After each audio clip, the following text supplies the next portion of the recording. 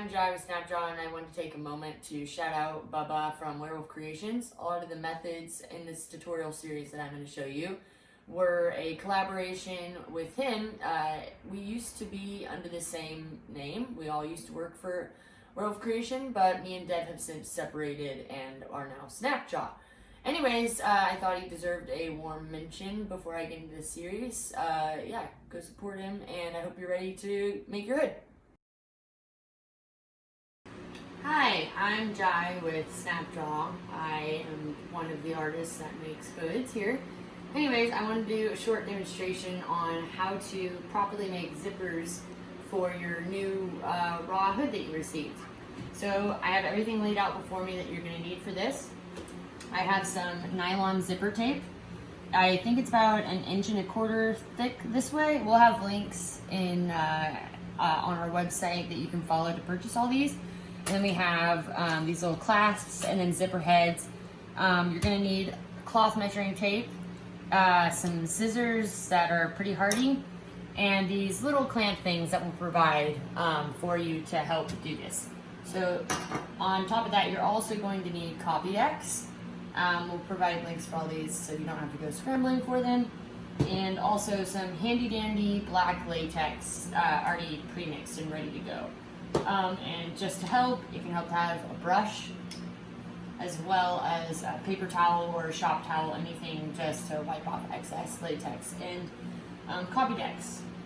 Alright, so for our hoods, for them properly, we go up to 9 inches on the zippers for small, medium, larges. It basically is all the same. What you're going to do, so I just have this tape here, easy. So just measure it up to 9. It doesn't have to be an exact science. You know, like roughly around here, basically. Anyways, as you can see, scissors just clip right on through. Let's put this aside. This is the end of our needs of measuring tape. Alright. So, first off, let's put on these zipper heads, because you can find tons of videos online on how to do them, and I've struggled with them in the past, but honestly they're pretty easy. As long as you're not doing it all goofy. Alright, so what you're going to do is you're going to just very gently pull these apart. What are you doing? Apart. Yeah, so you're just going to pull them apart. They pull apart pretty easily. You're just going to do it to one side. So taking the zipper head this way up, so basically triangle length down, you're going to want to put it this way on top. So this is the back of the zipper here. You see there's no zipper line, it's basically just cloth. You're going to want to do top side of zipper, hold this triangle down, and you're just going to gently feed this in. Hold on a second. Let me pull a little bit more down just to give you a little bit more thing to work with. So you can pop it on like that. Pop it like this. And you're just gonna kind of pull them down. You can have like one side, see? Boop, there we go, just pull it down. Anyways, you'll get the hang of it. Anyways, as you glide down, it'll kind of do that. At the end, you're just gonna wanna pull them apart the rest of the way. Keep it around here because I've accidentally threaded the zipper heads through and then accidentally lost them on the other side because I wasn't paying attention. You're gonna need these clasps. So these basically seal in the zipper head so that your zipper head doesn't come flying off, or when you're pulling down your zipper for the hood, it doesn't rip off the end of it. So you're going to need one for each end piece, and you need 2 for the end caps, basically the down facing side of the zipper. So the way that I like to do this to make it easier for these down, well, I'll show these top half first and then I'll do this because this part's slightly more tedious. So what you're going to do is you're going to take this in your hand and you're just going to put it like right here. Say like 3 centimeters basically up. So you're going to pop it through, and you can see these prongs poking through the back basically. What you're going to do is lay it flat on the table, hold both sides down with your fingers.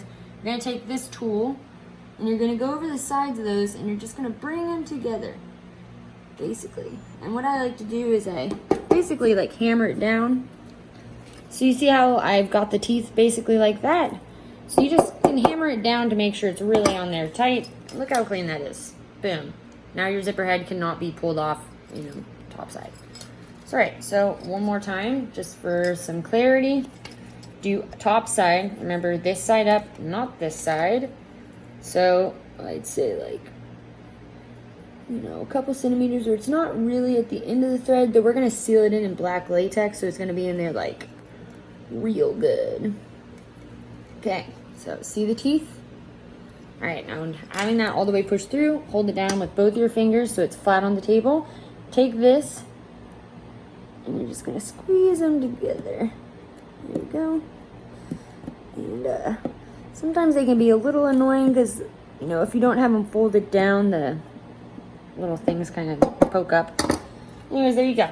Just hammered it on, and look how clean that is. It doesn't have to be perfect. You know, the whole purpose is that it's just stopping the zipper from going elsewhere. All right, now for these two pieces. All right, so what I like to do to make this as painless as possible is, let's focus on these two. So I have these flat on the table. Now I'm going to gently come down with my fingers like this, and I'm just gonna very lightly push them up like this. I'm gonna do this to every single one of them, and you can see why in a few moments. It'll make some other work in just a few moments a lot easier on you. Sometimes there's like kind of a magnetic pull with them, so they can be kind of finicky, and you want to go gently. I've sometimes just ruined them by over pushing too hard and exerting. So there we go. I feel like I always struggle with like the fourth one. There. There's like a magnetic sort of thing on here, so sometimes the metal gets stuck to the metal, which can be a little annoying. There, I did it a little bit too much. We'll see if I can kind of salvage that. But if not, you've just seen like what not to do, which is basically overexert and press it. Well, we have 3. So I'll just show you very quickly. So taking this in your hand, you're gonna thread this through like this, basically same sort of distance down, and you're gonna pop this one side through. It helps just to kind of put your nail on this side and just kind of push it. Now, very similar to the other side. You've got it like this. And now you can see why, because if it's perfectly straight up doing this, like you could do it technically through that, it makes it a little bit easier. And you're just gonna smash it down. Sometimes you gotta just really kind of guide it down. And then I like to just sort of hammer it on so it's really on there straight. Boom. There we go. And I do it this side up because it just looks cleaner that way, though you're not going to see it once I seal it in latex to make it like super secure. All right, so let's do it again. I just usually flip it this side so I can see it. I put my nail under and I pop it through. There you go. So I've got this like this, as you can see. And I'm going to take these, I'm just going to guide them down like this. Sometimes it helps having your finger a little close, so be careful. Like I have pinched my finger down on the table. Boom. This beauty is done and ready for the next stage. So this is where your black latex comes in handy, basically. So I'll show you. I basically just take this end first, and I just dip it in like this. Basically, enough to like do a little seal at the end. It doesn't have to be far. I usually do, I'd say, like, you know, and there's a bubble. I'm gonna just double dip it again. There you go. Basically sealed in. So, just like that. Just to make sure it's a double shear. Now, I'm just using this plaster drywall bucket, basically, but you want to have a fan. You don't have to use a fan, but it makes this process go by much, much faster. Basically, and if you're really worried about it flying off, since we're not using these right now, I just put this down right here. And it'll take about like 15 minutes to cure sometimes. It depends you know, just how hot it is. Our house is literally lava hot right now. This is one I was working on before. So this is actually, I'm glad I did this. So now you can kind of see like what the latex will look like when it's dry. It'll basically become like as black as the nylon almost. You can tell it's still somewhat dry, that's why it's gray. So if you can see any part of it that's gray, just leave it be. It's still wet and it is still trying to dry. All right, so we're here now. We've given this, these are not 100% dry, but they're pretty good where we could be able to flip them over basically, and you can kind of see like kind of what they look like. You know, they don't have to be perfect or very smooth. We can always clip off the excess. Remember, this is just going to be sealed in the hood under latex anyways. So we're going to do the exact same thing on these ends. It helps to pull these up for this. So you're just going to hold this, dip like that. That's what it looks like. I'm going to take the other one and dip. And the reason I do this is it just extra seals this in. And latex sticks to latex quite well. It's because it's rubber, it's kind of sticky. It just guarantees it will not pop out, basically, is what it's doing. So we're going to take this one. Sometimes I like to clean off the excess so it's not super wet. And you can kind of see I have a little horde of zippers over here right now. You want to keep the latex parts obviously away from each other so they don't stick to each other. I'm going to take this one and pull it down, hold it separately, and just dip, basically. I like to make sure that the zipper little head that I showed you earlier is basically coated. There we go. Doesn't have to be, super far down. It's better if it's like this. And just close this up. You don't want to leave your latex lids off of your latex too long. It'll create a hard coat on top. It's good to stir it, and if you notice it's a little too clumpy, you can add very tiny part of water and stir it, and it will basically make it a little bit easier to work with, at least for this part. So I have these scissors down holding everything together so that they don't go flying off and covering my floor with latex. But yeah, we're going to wait for those to dry, and then I'll show you the next part. All right, cool. So we're ready for the next part. Both these two ends are dry. I have basically let them sit there for an hour. So you can see, touch, they're pretty good. Also, now if you're feeling this, you can see just how sticky latex really is. Anyways, this next part basically ensures that the zipper is in there like really well. So what you're gonna need is some copy decks. And we have a glass table that is fairly easy to clean, so I'm not gonna put anything underneath it. But here, so luckily Copy Decks is amazing and they have this little gooey brush. So what you're going to do, I'll put this over here, is you're just gonna take this and coat it so it gets really seeped into the fabric of the nylon zipper. So I'm just gonna evenly coat it. You don't have to go crazy thick. Just gonna wipe it down.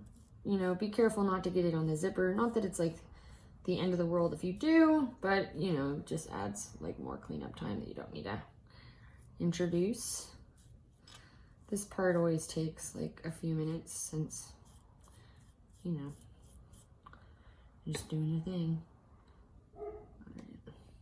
Let me get this.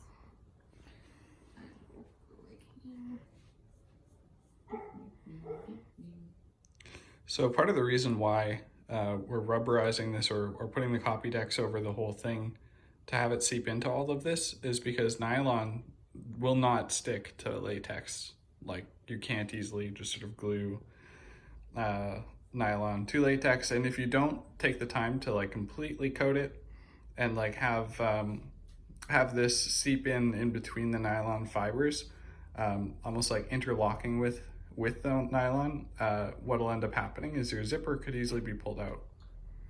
Yeah, we're basically just trying to ensure that the zipper stays inside as well. Like we usually, I really try to get like a really snug fit. And you know, when you make something snug, it means that there's like a certain amount of pressure on the zipper.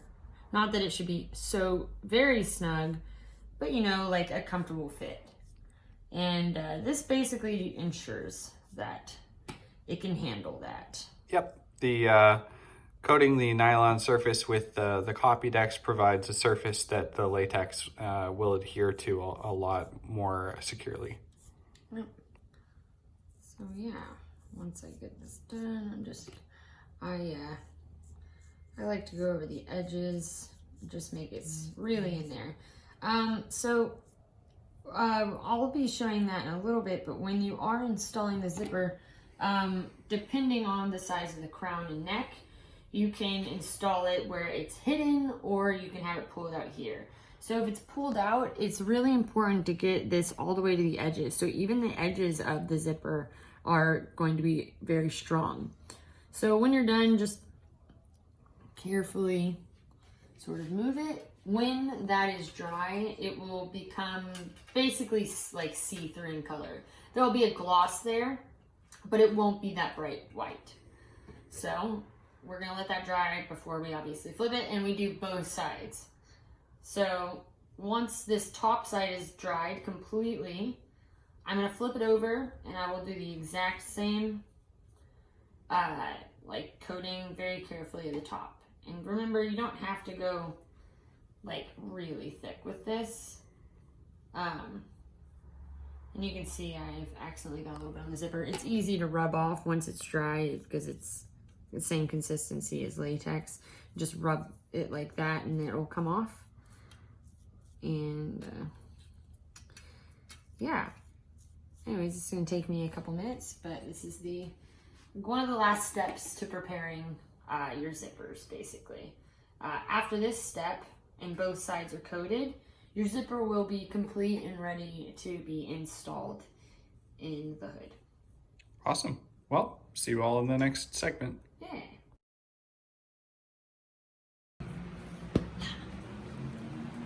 Hi, I'm Jai with SnapJaw, and in this video, I'm going to show you how to clip and clean up your beautiful little puppy.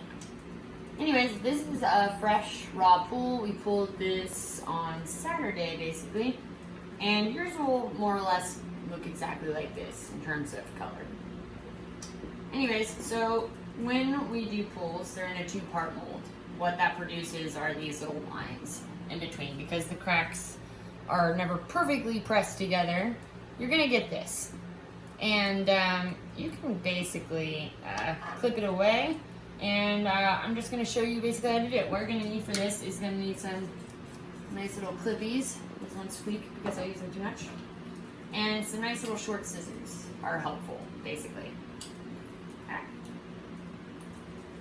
Anyways, so what I do basically is, another thing to note. So we will always clip the necks and start the, basically the hole in the back.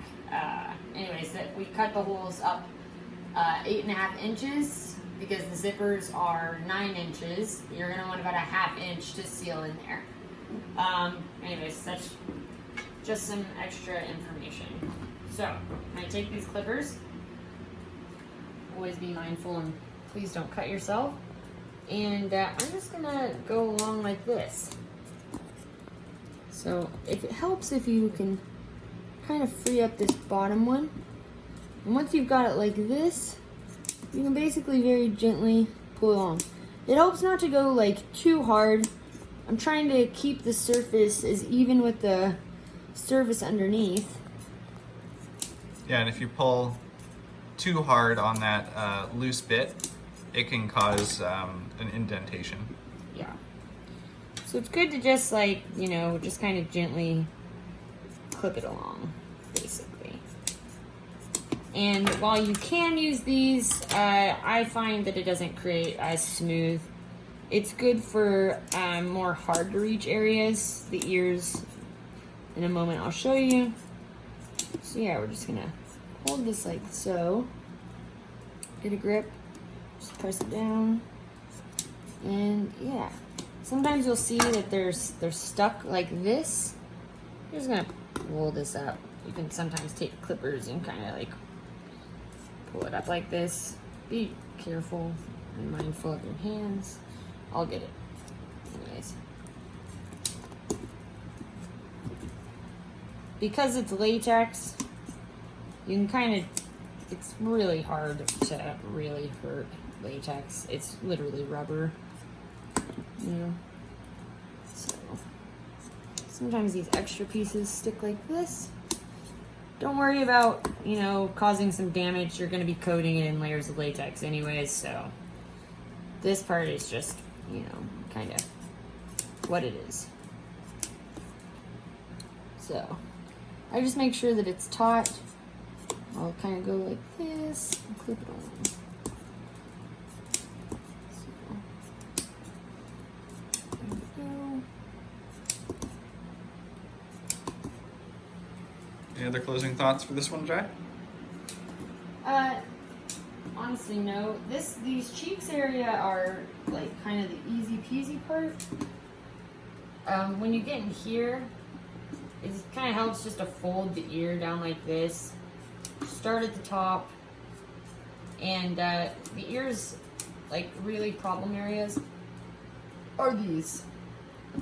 And when I say problems, you really want to do it as clean as possible. Don't go too deep or create depths. You're gonna have to do a little bit of cleanup with, you know, when you're doing the coats of the final latex. So, like, I don't really even sometimes hold it, just so I don't pull it too taut, because I have definitely created like these deep, see how, like, this is about as clean as it's gonna get. You know, like when you're polishing it up, you can, luckily latex is a thick material when it's paint. The main issue with pulling it too hard is that if you pull it like this, then you see how that pulls up the actual base of the mask. You don't want to be clipping off parts of the actual mask. Yeah. Just the seam. And while it's not the end of the world if you do that, it will add additional time to you know, cleaning it up and making him a smooth baby boy. Or girl. Or whatever the fuck. Cool. Anyway, I think that's it for this video. It's just a little tedious, takes a little bit of time. This is all stuff that we do if the hood isn't purchased as a raw, and instead is, you know, just a black one with the zipper installed. But all these parts of the process go towards creating a perfectly cleaned up and completed dog. So, with that said, thanks, Jai, and we'll see you in the next video. Hey. Awesome. So here we continue the SnapJaw tutorial series on how to clean up a raw Doberman pole. This will work for, of course, any type of mask, but this is our Dobie. In this portion, what I'm going to be doing is talking about how to cut out the eye holes and the mouth. This is a part that, you know, it's not too bad, but it can be certainly scary if you don't have the right tools. So for this portion, I would recommend having a small pair of snips like these. These are called Apex RC products. This is actually for cutting Model RC cars and plastic. Very sharp little snippers, and we will have a link to where to purchase this in the video description and along with the rest of our care guide. So, the first thing that you're going to do, I've got my hand inside, got the eye here. You'll notice before I turn this inside out and begin cutting, there is a helpful guideline. Now, on our Dobie, I've done like dozens of these. One thing that I'm aware of with our guideline is that if I were to cut exactly on the guideline, when you put it on, it may be a little bit uncomfortable. It might poke a little bit. This is okay. It's better to cut along the guideline first and then only go back in and gently make revisions and continue to try wearing it.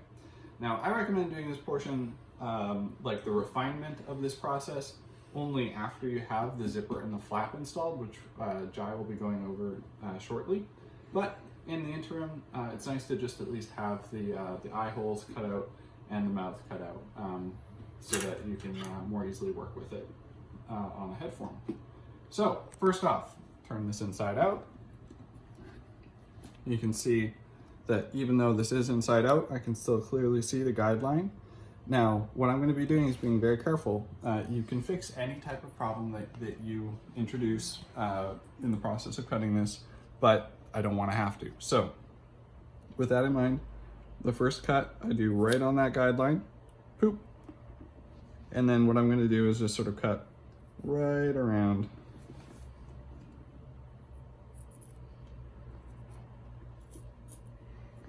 And as I do this, it's easiest if I keep a little bit of a hold on the popped out eye portion like this. Be careful to go around, rotating the hood with you as you go. And don't cut in large chunks. It's very easy to let the scissors run away, especially when you're pulling it tight like this. Like I wasn't even like opening and closing them there, just sort of guiding it around, and it was sharp enough to continue to shear it. So it's important to just sort of be cautious and aware of what you're doing at all times while you're doing this. Now, there we go. Boop. Afterwards, you'll have taken out the chunk, and clearly you can see we got the first eye cut out. I'm gonna do the same for the second eye. But before I do that, I want to show you very closely, if you could just zoom in and just sort of take a look at how this looks when it's cut out. You can see the section right here. Yeah, the tear duct, exactly, thank you. This tear duct here is something I'll typically cut out. Because I know exactly how much to cut out, I'm gonna just go ahead and do that here. But I would suggest just, again, before you do revisions, typically you'll actually want to have worn it with the full thing assembled. But I'll show you how those revisions look, because I was intentionally conservative here, and I know exactly how much to go. So here you can see when it's like this, if I flip it out like this, it's very easy to lose track of exactly how much material you're cutting. So it's good to look like this. You can make actually a little bit of a mark if you want to. While it's in this process, like while it's in its normal state here, before you flip that inside out a little bit. Like that. And you can see that by marking that portion there, when I flip it like this, it's no longer ambiguous, like how much of it I want to cut. So that's one way to do it if you're not as familiar with it inherently.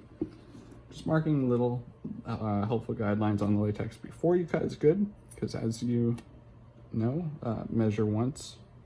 Wait, let's measure twice, cut once. Measure once, you can cut twice, but that's not as good.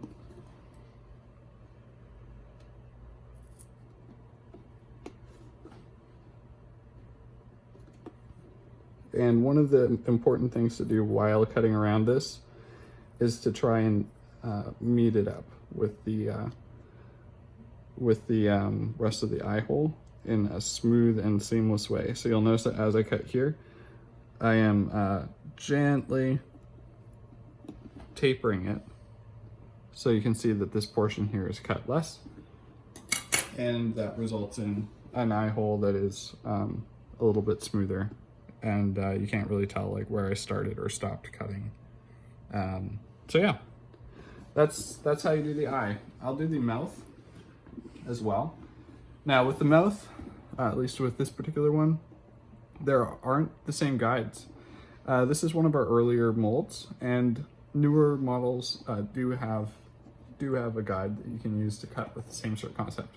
But here you've also got a little bit more freedom. Like depending on how big you want the mouth hole, you know, you can go a little bit more or less. Like how much you want of the underside here, for example, is up to interpretation.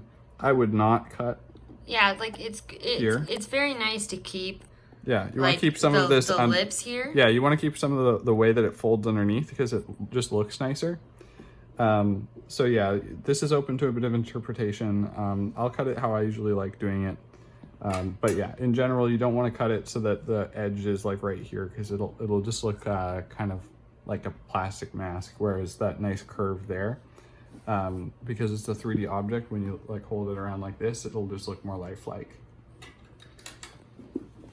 So with that in mind, just going ahead, and one other thing to keep in mind is where you cut it on the side. I like to cut it around there, the back of that tooth. It's fine, like up till that point. If you go too far down this way though, you get some real weird, creepy, like open mouth action. You'd never want to cut this portion here. It just would look too weird. You'd also lose some of the shape. Yeah. That the mask is holding itself together. Exactly. It's good to have the whole front facing, but not side facing. It hides the hole quite well. Exactly. So the first thing I always do is like sort of cut enough that I can get my scissors in there. And you can see I nicked it, but didn't quite get deep enough. So there we go. And once you can get like one of the scissor arms in there, the rest is kind of easy. So I cut along the top of the tongue from one side to the other. Once I've cut along the top of the tongue, I just sort of like take stock, make sure that this looks, yeah, about good. I could go a little bit further on this side. So I'm just gonna do a little bit more. Then once you've gone along the whole bottom edge, this is where it starts to open up and it gets a little easier. Don't worry too much about bending them like this. Try not to cause creases. You don't wanna like fold and pinch, but it's okay to bend the mask while you're working with it, because it'll pop back out. And then as you can see, I cut around the bottom here, and then I just cut inside here. You'll notice that like I said before, I try and preserve the natural fold of the upper portion of the muzzle. And come around this way.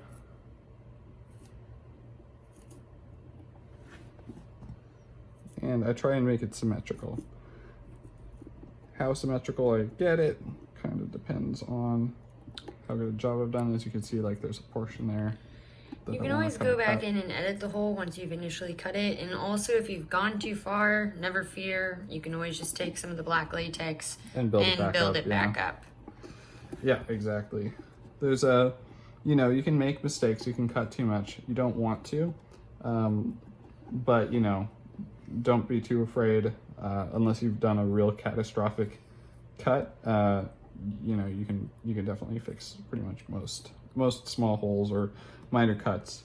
And especially if you're cutting with scissors and you're like, oh shit, you know, I've cut too much, like I'm just gonna do it on this portion. Let's say I was cutting like this, I'm like, oh no, that's too far. Then what you can do is you can just go back in and be like, okay, I'll just do this like this.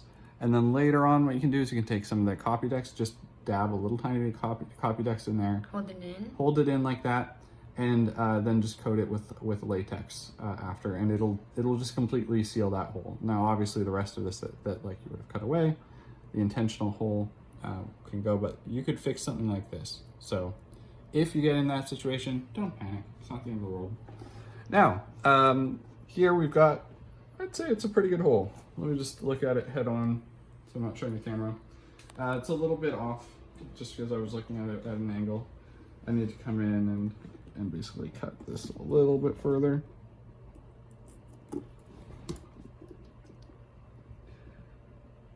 Just ever so slightly more.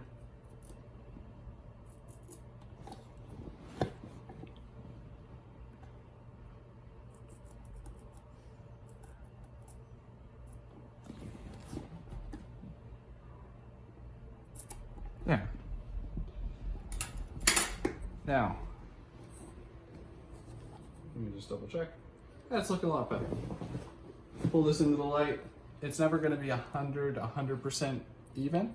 Here, turn it upwards towards that. Yeah. Yeah. It's never going to be 100% even. But what you want to do is you want to get a relatively consistent hole. Notice that you want to keep the tongue intact. You want to keep this portion intact. And yeah, you want to make sure that you're not cutting too far down this way. And that's really it. I'll be doing the other eye here, but yeah, essentially it doesn't take too long to do. These types of scissors are absolutely essential. if you try to cut with these things, you'll end up with a relatively jagged hole. It just doesn't work very well. Nobody likes jagged holes. So keep it nice and smooth. And yeah, that's it. We'll see you in the next segment. Alright, so I've already marked these basically, but since all of these zippers are, 9 inches, you're going to want to be able to hide at least a ½ inch up here, just to have it so it's sealed in. But you can see basically how lined up this is, right? So all I've done is taken the cloth measuring tape that you saw earlier, drawn a line. I'm going to take these scissors, some pretty heavy duty scissors, and we don't use them on anything else other than the latex so the blade doesn't dull. Just hold this carefully.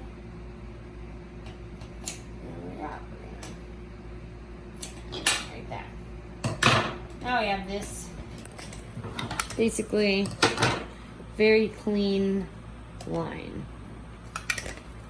Yeah, anyways, with this hood, we have the mouth, eyes, he's clipped. Basically, this pupper is ready for me to start doing top coats, and tomorrow I'll be able to install the zipper and the flap, and we're currently making the flaps. We'll show you tomorrow when they're done. Fun side note on this one, we don't normally punch out holes for the nose, but this one is getting a ring. And a tongue ring. Yep. Anyways, yeah, we'll continue this on in the next segment.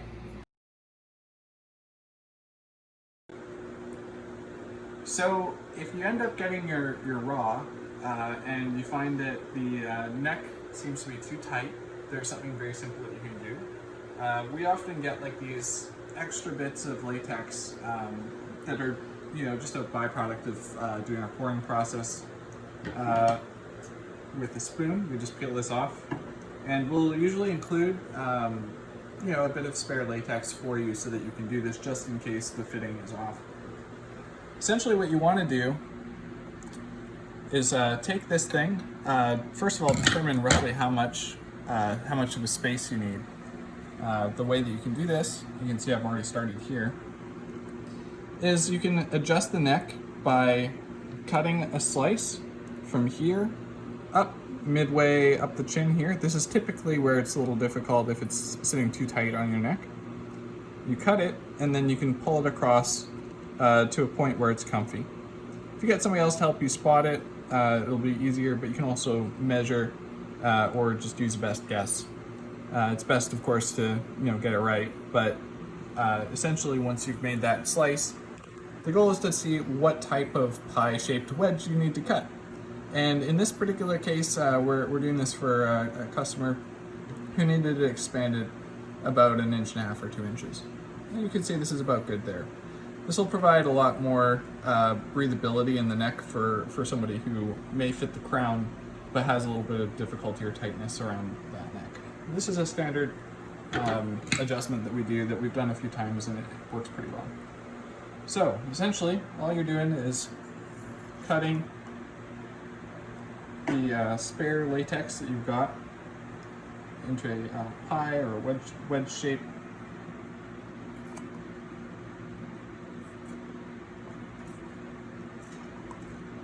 You want to cut more than you need first, but essentially you just need to cut like a section like this. Now I'm doing this super quickly, but you get the idea, and you can notice that the curvature of this shape is such that it should work pretty well on the neck there. So once you've got your pie or wedge shape and you've got the cut sliced out here, you can see I've already done half of it. I'm going to show you the second half. The first half is not too bad, but it's best to do it 1/2 at a time. What you need for this is some copy decks. This will help you stick it onto the other portion relatively quickly. And then you just need latex to cover it up and build up layers like you would any other adjustment or during the cleanup process. So at this point, you can see I just want to basically attach this side as seamless as I can on the outside. Inside it's a little okay to have a bit of a seam, just like that. You can also Dremel it if you want, very gently on the inside or outside if there's anything that's really standing out, but you would want to do that with a very soft sort of Dremel bit. Exactly, and that'll be a touch-up after you've got it in. The goal is to basically get the fitting and sizing in properly first. That means just getting that wedge in, and then once it's in, as smooth as you can get it on the first try, then you can use a polishing tip on a Dremel to further smooth it. So as you can see, now that I've done that, I'm really just focused on the second half because the first half is already thankfully dried for me. And I'm basically good at this point. What I'm going to do is let this set, holding it here still for a little while. If you do notice that you push and it creates too much of a bump or a barrier, one thing that you can do as well is wipe off the excess glue with a cloth, but this is actually not too bad here. The one thing I want to focus on is just keeping this as seamless as I can. Honestly, if you just take your finger and just rub over all the excess glue, I do that with the flap all the time, and it kind of creates a little seal around it. Yeah, like an extra seal. Yeah, just do that. It coats over so easy with latex. Exactly. And it actually will adhere relatively quick. Like you can see I can let go at this point. And it's mostly there. Now you'll see like there's a little bit of a bend here. Like there's going to be touch up that's necessary. But this is actually usually enough where you've got it in place, you have the initial sort of layer in, and you can do this after or you can do it during, but I find it just helps to seal it in with a little bit of actual latex at this point too. And you can be liberal with it in places like this where you see that there's like a little bit of an indentation. We're going to need to fill that in with several successive layers anyway. You can coat the whole flap just so it has a little bit more texture. But essentially that's it. It's as easy as that. You'll need to later on do the back inside like this, but it's easier if you let it dry on the outside, focus on one thing at a time, and then come back to it once the outside is dry. So I'm just going to do a little bit more, just globbing on some latex on the outside here. I'll be dremeling like the uneven parts off. Exactly. After we've done several coats of it, just Dremel basically any excess that you don't like to make it smooth. And this will end up being relatively seamless by the time it's done. All right, so essentially here you can see that after initially attaching the wedge and putting the first layer of latex on, you can see this is how it looks after we've globbed on quite a bit more. We've got the inside as well. A little harder to see, but you can see we're getting quite as much the light. Okay, there we go. So here we are after the initial attachment of that, I'd say pizza wedge, I guess, in the neck to add the extra 2 inches of space. You can see that we've globbed on quite a bit of additional latex. Not too much that it won't dry in a timely manner, but you can already see that part of the seam is not even visible. That's great. Here, however, you can see a sort of problem area. This is something that we're going to end up dremeling smooth. You can use clippers if you'd like to, but Dremel will actually do a little bit better job of making it absolutely smooth. Hey there, just a quick update on the pizza slice that we added in the process of getting this to a seamless state. You can see quite liberal amounts of latex have been added. This is about the 8th time that we've added latex to this particular portion. Once we've completely built this up, there's going to be the dremeling that I talked about before in the middle right there. But as you can see, it's already starting to become a lot more seamless. So, yep, we'll update again. Like this, like so.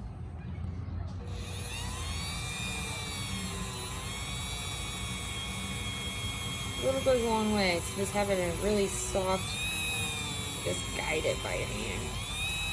gonna be a little messy, obviously. Understand that you are gonna be doing coats on top of this. You're not even really gonna see that much of a difference.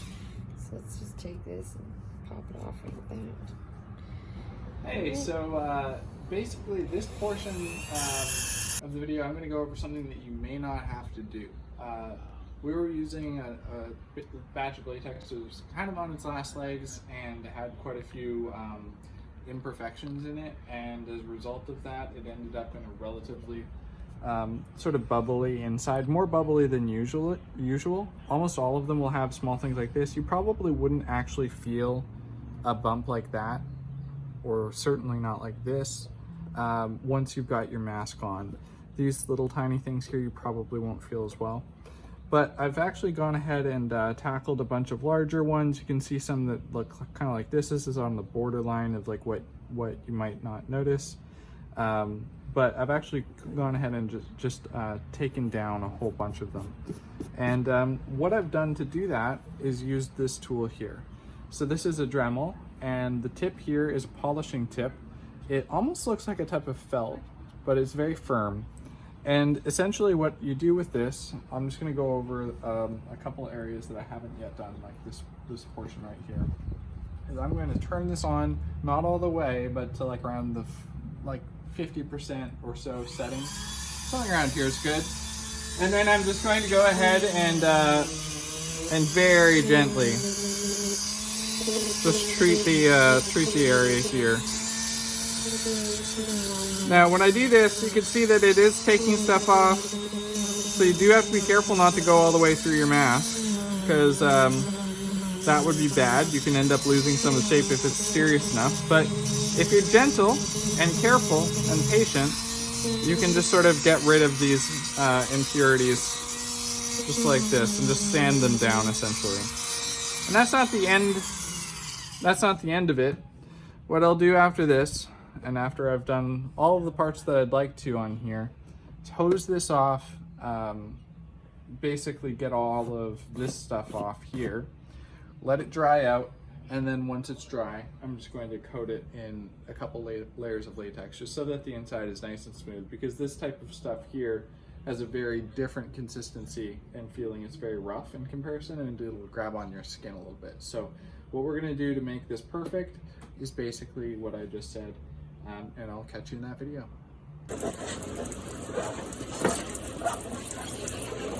I'm putting it inside out this way.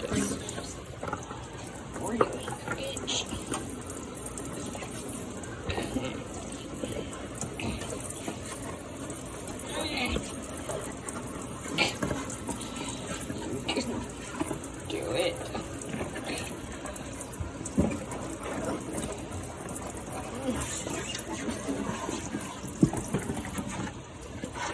Well, that's way too hard. That one doesn't need that one.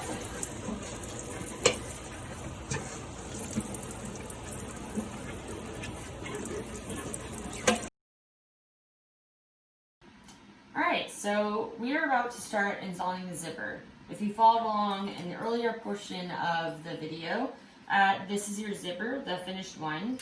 If you have done the part where you soaked the nylon with Copydex, that is really going to help you during this period of time.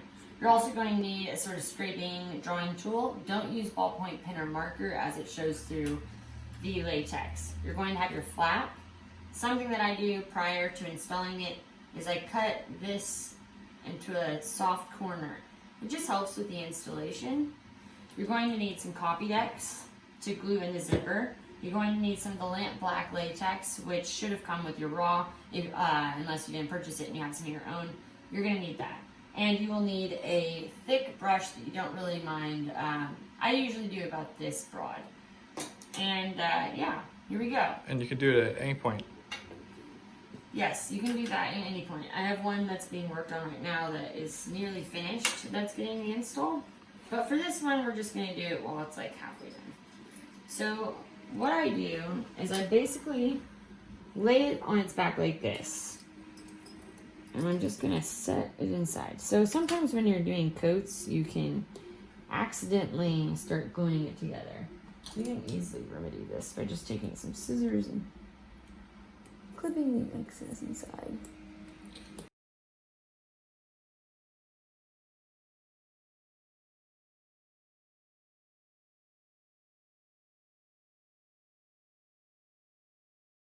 Install the zipper at any point. Like literally you can install it even before clipping it, as long as you have the line like clipped all the way back. And be sure to measure it up to 9 inches.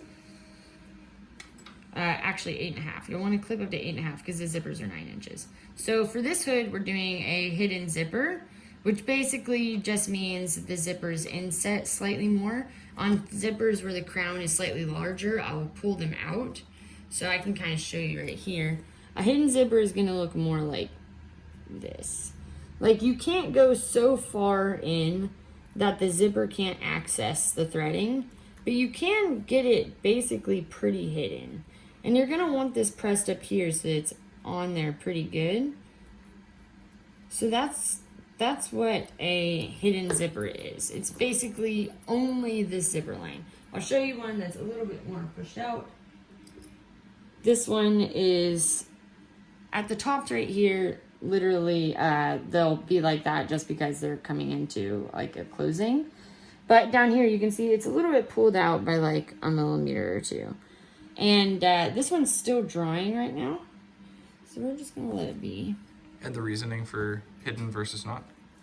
Is just for different crown sizes. Like if you get a medium and you're on the larger end of the crown range, you're gonna wanna do like a zipper that's like this, where it's like hidden, it pulled out. You don't want to go so far out that you don't have much zipper on the inside because that will weaken it.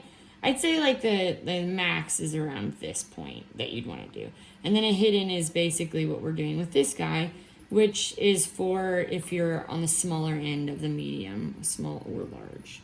So basically we're just gonna hold, like get this in. Now if you did the copy decks on the zipper, it will stick in there. See how it's just sticking without me doing that? It's because there's glue embedded in the nylon, and it sticks to latex like quite well, and it's really gonna save you a lot of time and heartache, and it will also just make your zipper stronger. Like if you try and rip out one of these zippers, it is. Did you lay your copy decks in there already? No, I don't do that just yet. Yeah. So I am going to push this one clip in there. The other one doesn't have a clip on, which is fine. It doesn't need it. It sticks enough.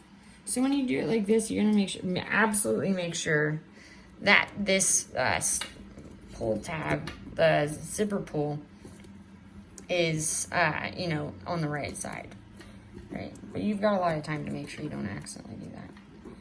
So I'm gonna just make sure I can feel. You gotta be patient with this part and double check. So I'm going to flip it like this. I'm just gonna make sure where things are at. So you don't want the zipper head to be gobbled up by that. I've had that happen a couple times. It's not the end of the world, but make it less nice. So I'm just going to be very patient and get this lined up as best I can. That's pretty hidden, I'd say. And I'm gonna make sure this top bit, zipper head is not in the way, which it likes to be.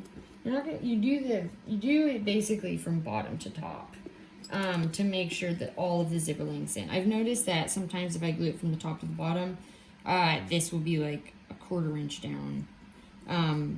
If you straighten it out while you're doing it and it's not curved naturally, you can get a shortness of zipper as well. It's good to really keep the curvature there to really see what's going on.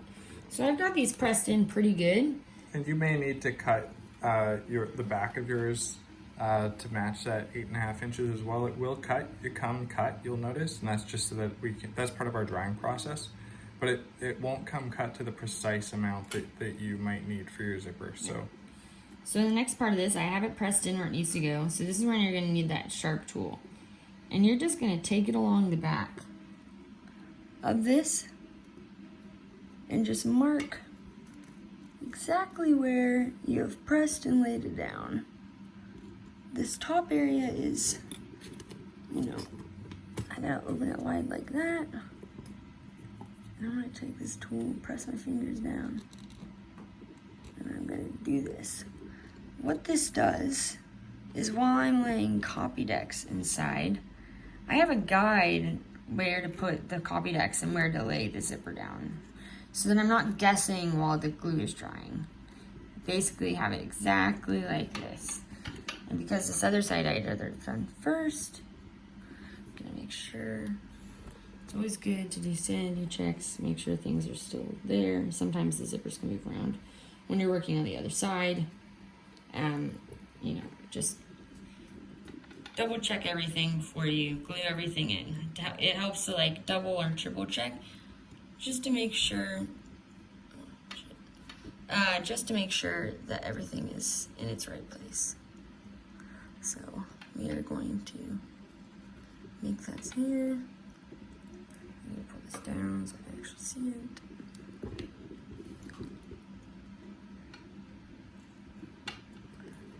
Double make sure. I'm pretty sure this side's fine.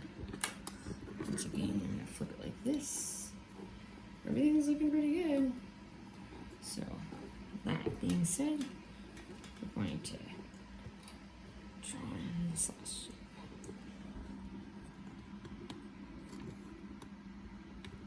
Just take our fingers.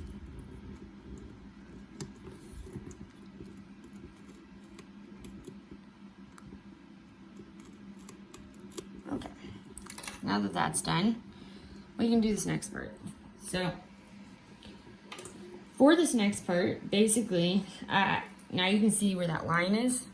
Like I have a very clean up line. So I'm just gonna stick that right there. I go about like that way up, about halfway, because it's a lot easier to glue in that last bit once all of this portion is good. And I glue it all at the same time.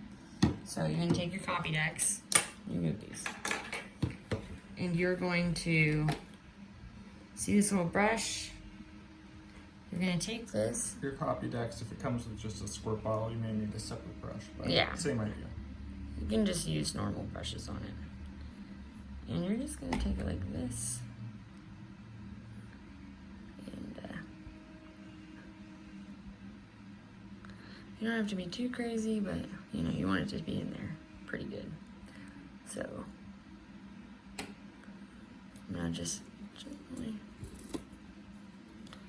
lay this down. The exact area. Now for this part, while it's gluing, sometimes I just rub this glue on the outside. It just kind of helps, like extra coat it in. And you're also coating the back side of it, which isn't bad. The glue dries relatively fast. Now while that's happening, also by the way, you're gonna get glue all over your fingers, so thankfully get this ready stuff for comes that. off pretty Yeah, easy. you just rub it off and it comes off. Similar to latex. So here's this. I can clean that glue off easily with a little bit of water. Just do that really fast. Best to clean it off as you go. You know, the zip, it's not the end of the world. It will come out just through the zipper running through it a couple times as well. Okay, that's just on there. So this glue dries really quickly, so you don't really actually have to hold it that much. Just like press it with your fingers, doing a massage, and make sure that it's just pressed down at every portion, because sometimes these hoods are not perfectly flat on the back. Like there's little divots and some like wave to them. Just press it in and fill it in. It's cloth. It's a thin cloth, so it will, you know, move with the hood.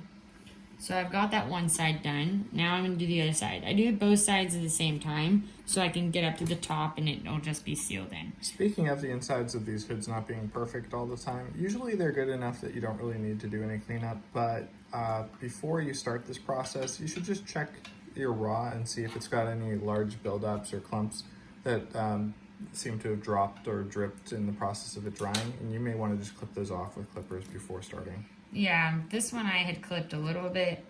You can kind of see like this.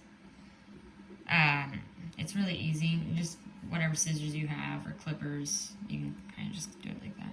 Yep. So actually, I don't know. You can do the same, even if it's not directly on the zipper track.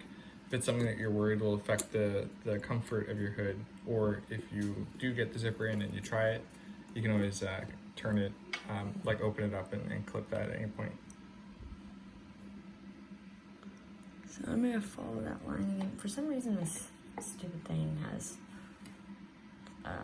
things popping off it, making it slightly hard. So I'm just gonna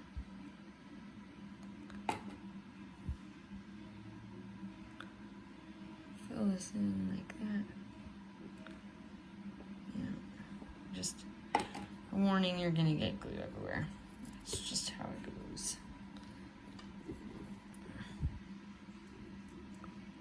Okay. I'm going to flip this like this so you can see what I'm doing. It's easier to see where the zipper actually is when you have it like this and it's not laying flat on the table. So it's in there. Pretty good. Let's see this one over there.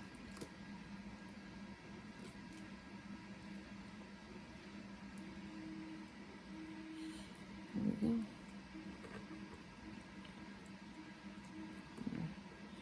Pretty good. Now I'm going to just kind of move my fingers over this and kind of smudge around. It looks gross now, but you cover it up with coats of latex, so I promise you it will not always look this bad. You just really want to make sure that you got glue everywhere in there, and you're just pressing down and helping it dry in place. Something I do to fill in these things, and I'll show you in a minute, is that I just fill it in with latex at the end, and it just helps seal it in, basically. So for parts that you see that are sticking up, you just press it like this, and it'll be in there. Okay, so let's move into the harder part. Now with this part, because you're farther in the hood, you know, it's always just going to be a little bit more like difficult. So something that I do is I just peel up one side at a time. So I've got this all the way up here. All right, this is sitting up. Now, this just takes some patience and Do you need any help? no, I got it. I mean, they're more than likely going to be doing it themselves as well. Yeah, for sure. So I just hold this back right here. No, I'm fine. I just take it like this. I coat the inside like that. Pull it out. Okay. I hold my finger like that and I pull it down like halfway.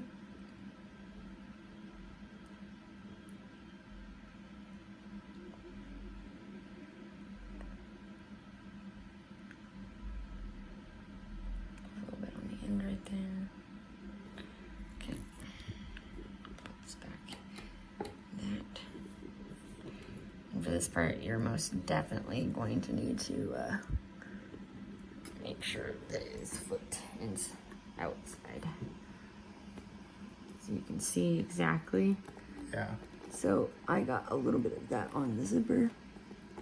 It's fine. It's not the end of the world. It'll pop out. I just need to make sure that it's where it needs to be. And it helps just to kind of hold it apart like this.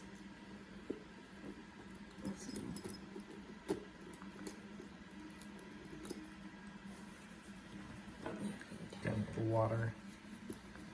And It's good to have a cloth ready because trying to get a cloth with water on it while you've got an emergency that is drying is one of the most stressful things on the planet. So it's not that big of an emergency. no, it's not that big of an emergency, but still, just come prepared. You'll feel better. So this side is in pretty good. Now I'm going to basically hold I'm basically massaging this in. It's exactly where it needs to go. So we're just gonna help it stay put right now. Because my hands are wet, you know when you move this stuff around. So, double check. Make sure this is good. It's pretty good. So, remember, it's just gonna look messy like this. You will be coating over all this with black latex. I assure you it will not look this hideous in the end. So, now we're down to the last part of the zipper. It's about getting the zipper in, not making it pretty. Making it pretty is the next step. Yeah. So, The zipper just has to be in the correct position. for this, because I'm a right-handed person, we're on my dominant side, so it's easier for me to do this side, so I tend to do it last. So, let's put the light there. I wish that thing would stop doing that. Okay.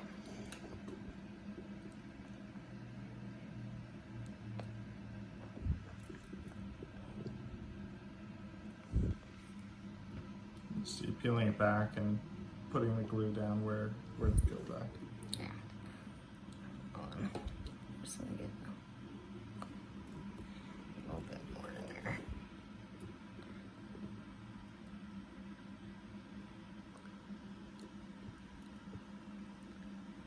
Okay. It's a little messy. I literally just said that would be my easier side, but apparently I was wrong.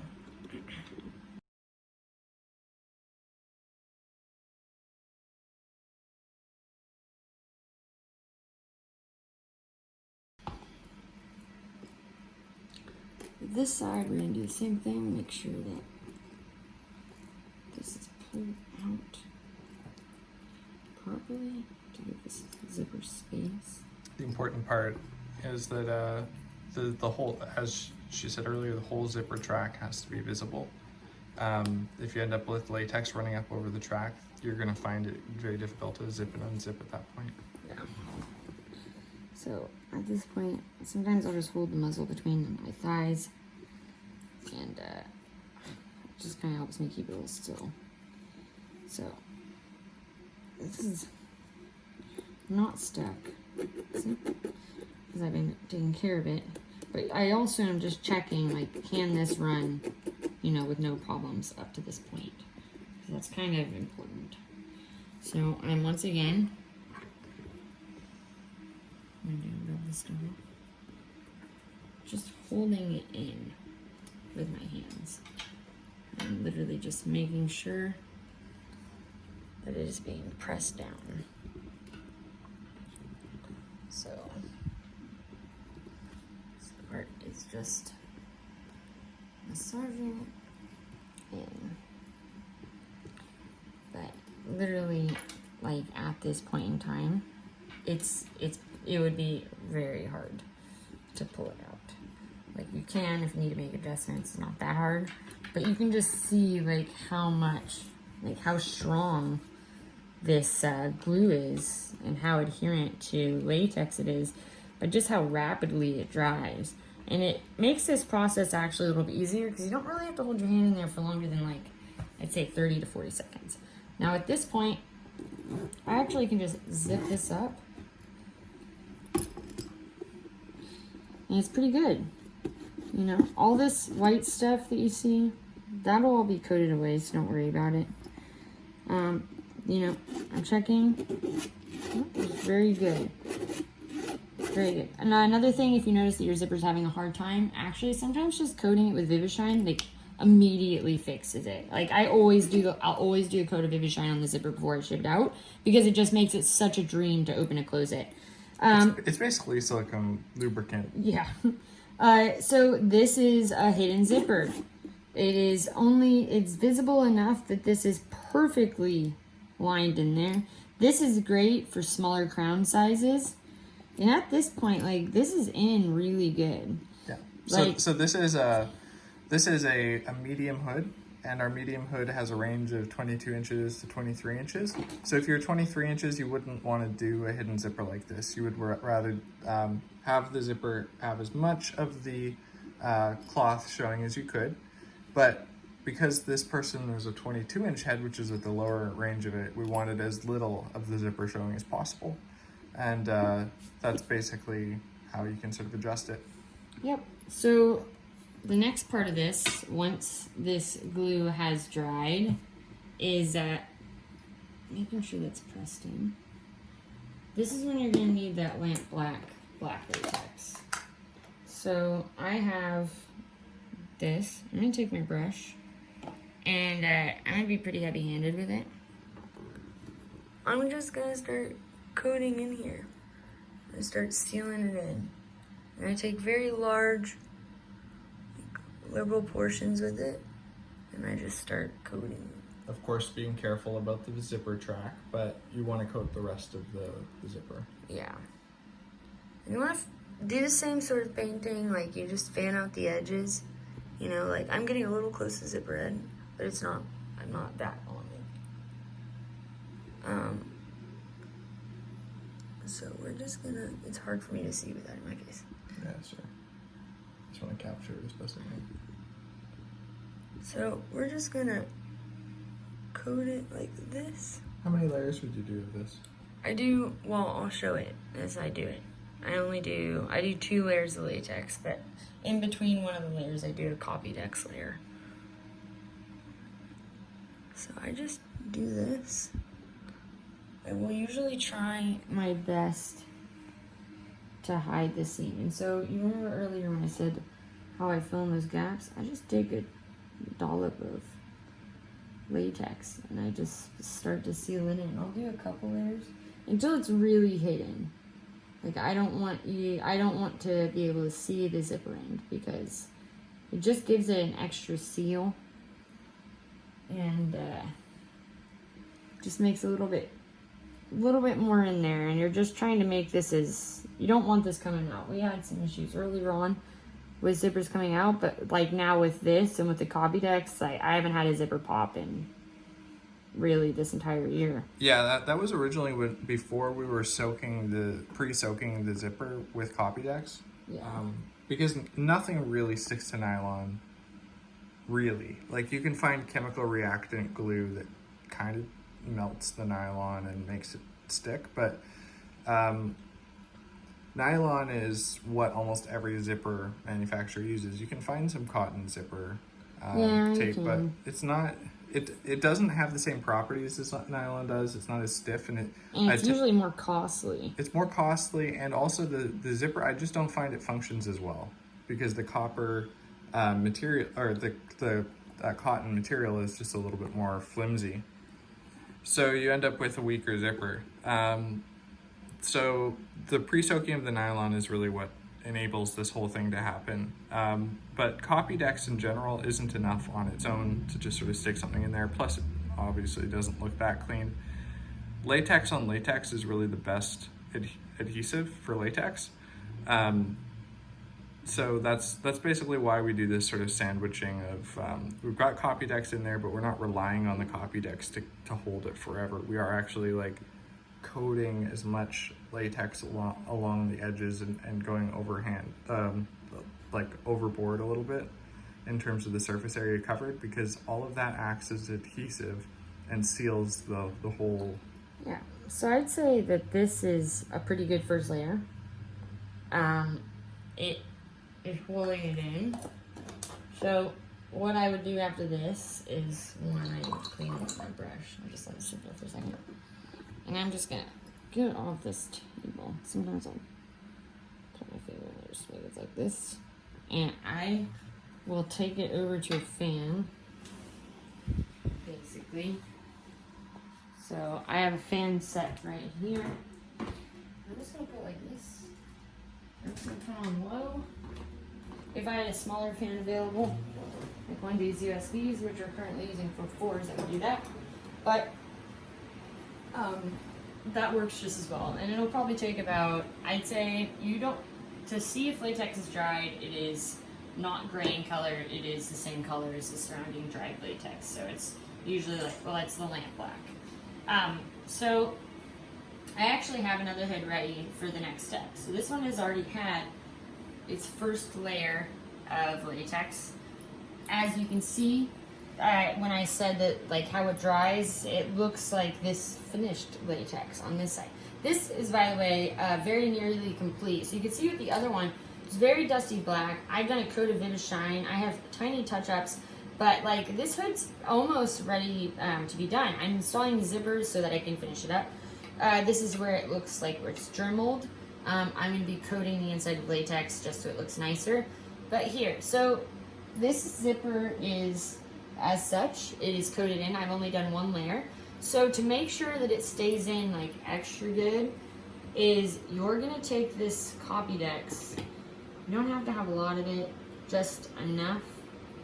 And I'm going to go inside and all the places that I went over with the latex, I'm going to double over with Copydex. So you can see down at the end, it's still a little bit wet. It's not the end of the world. We'll just have it dry with the Copydex. But you're not going to want to put more latex over it while it's still drying. It can still dry underneath the Copydex because it's not like I'm doing like a very thick layer. I'm just doing enough of a layer to help the next layer of latex stick in. And this is basically just, you know, extra security that your zipper is like nothing can pull this out. You know, like you can't Hulk it basically. And so I'm just going to take it in here. Don't go over the zipper area for obvious reasons. But you're just going to take this. It doesn't have to be beautiful, remember. Copydex dries clear. So, Copydex dries clear, so while this might look messy to you, right now, you literally won't see it in the end. So, all you're just trying to do is go over that seam. You know, this latex usually is getting down to be about midpoint, so I've got to like scrounge around in there. There we go. So, just making sure this area is coated. Sometimes any drops, just to like extra help it cover up that seam. So we're gonna do this part, which you know is obviously easier because I can see it better. It's not so down in there. Same thing. And technically, I guess you could do this with the zipper unzipped. I do it like this because if it is unzipped, sometimes it flaps around and then you can have one side just dipping into the latex. The Copydex, and it's just turns into, it just gets messier in my opinion. So I keep it closed. Easier to transport to the fan without getting, you know, excess material everywhere. So I'm just gonna take this and just coat it. So remember, it doesn't have to be beautiful, it just has to be practical and stay in there. So I'm just gonna make sure I've gone over areas, coated it around. You know, when the hood's on the table, it will flatten out, so the zipper will pop up. Don't worry about it.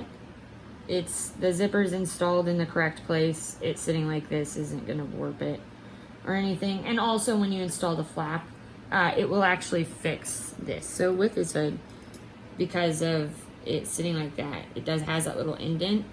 Never fear, the flap will actually make it secure its shape because it'll be like along this line. And it's just gonna do that just from you sitting down on the table. Like this just does. So now that is in, it's basically glued. That's what it looks like. You can hold it with the palm of your hand to give it more of a round shape to make sure that everything's pretty good. I always do a little bit of latex on like the last little tiny bit of the zipper because the zipper head's not right there. Copydex. The Copydex, yeah. And yeah, so this is actually pretty good. And I'm gonna stick it in front of the fan and we come back in a few minutes, I'll show you what this looks like dried, and you can see that it dries basically very clear.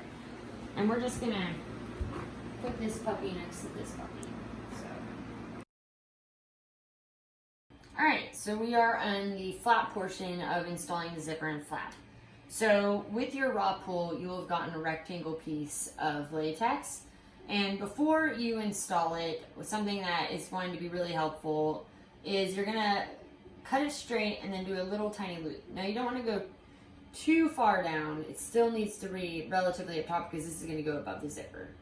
So here is inside the hood with the zipper. So I've basically got this installed, and in installing it, I glued it in, I did a layer of latex, I did a layer of Copydex, and then I did one final layer of latex. So this is basically what it looks like right now. So so that's what it looks like inside there. And with this, I'm going to install it. So one of the first steps I do is I find where the zipper end is inside here, which it is right here. And I'm gonna take this, I'm gonna go in here and I'm gonna put it right above. You're gonna want it like not too far above the zipper, but basically right up on it. And when I'm layering it in, I flatten it down. I make sure that it's in there flat, just to see. So I have it like this, and I make a note because I don't like it all the way at the end here. What I do is I make a little note, like I clip it around this level. Like it's still there so your hair won't get cut into it, but it's like low enough that it's not like right here at the neck. So I'm gonna pull this up. I'm gonna take this. I'm gonna get something flat. This right here is actually kind of perfect. I'm just gonna put this like this. I'm just gonna draw a line. I'm with these scissors. I'm just gonna clip it in one fell swoop.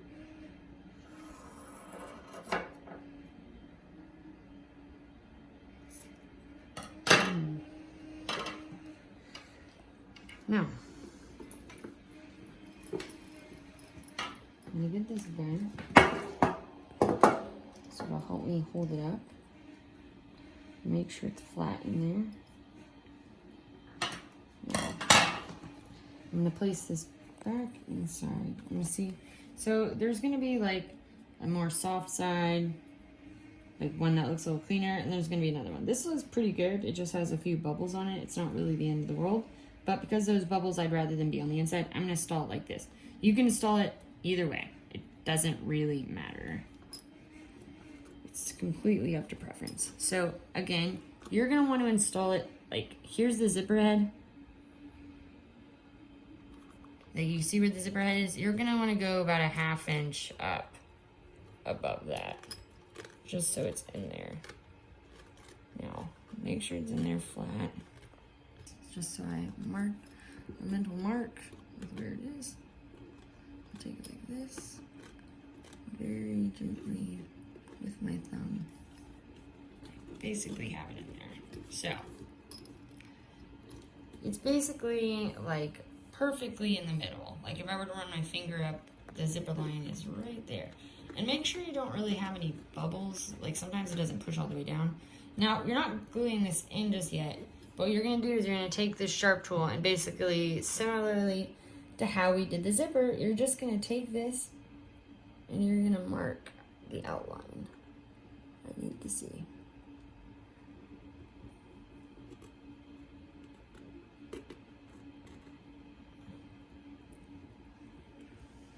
And then I'm gonna go with the top here. Sometimes it's a little hard to see. So I'm just gonna press it down. Make a note of it. Press it down.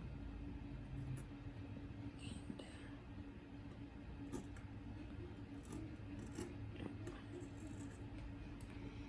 there. We have basically sketched it. Now, to to make sure that it's actually in there, it's gonna want to stick pretty good in there. Just really make sure that it's flush. You know, you don't want bubbles showing up in there. So now that that's basically laid in, right? What you're gonna want to do is I just press it just to make sure that it is actually against that wall. Now, I start from the back to this area. And what I do is I peel it up like this. Now, and I'll set it, I'll press this. Luckily it's latex, so it will literally stick to itself, which is of great benefit right now. And you can see the line where she sketched around. Yeah, you can see basically where that sketch line is, and that's gonna help us. So, I'm gonna get my copy decks. I'm gonna move this. It's got attitude today, is what it's got. Now, oops. I'm gonna layer this in.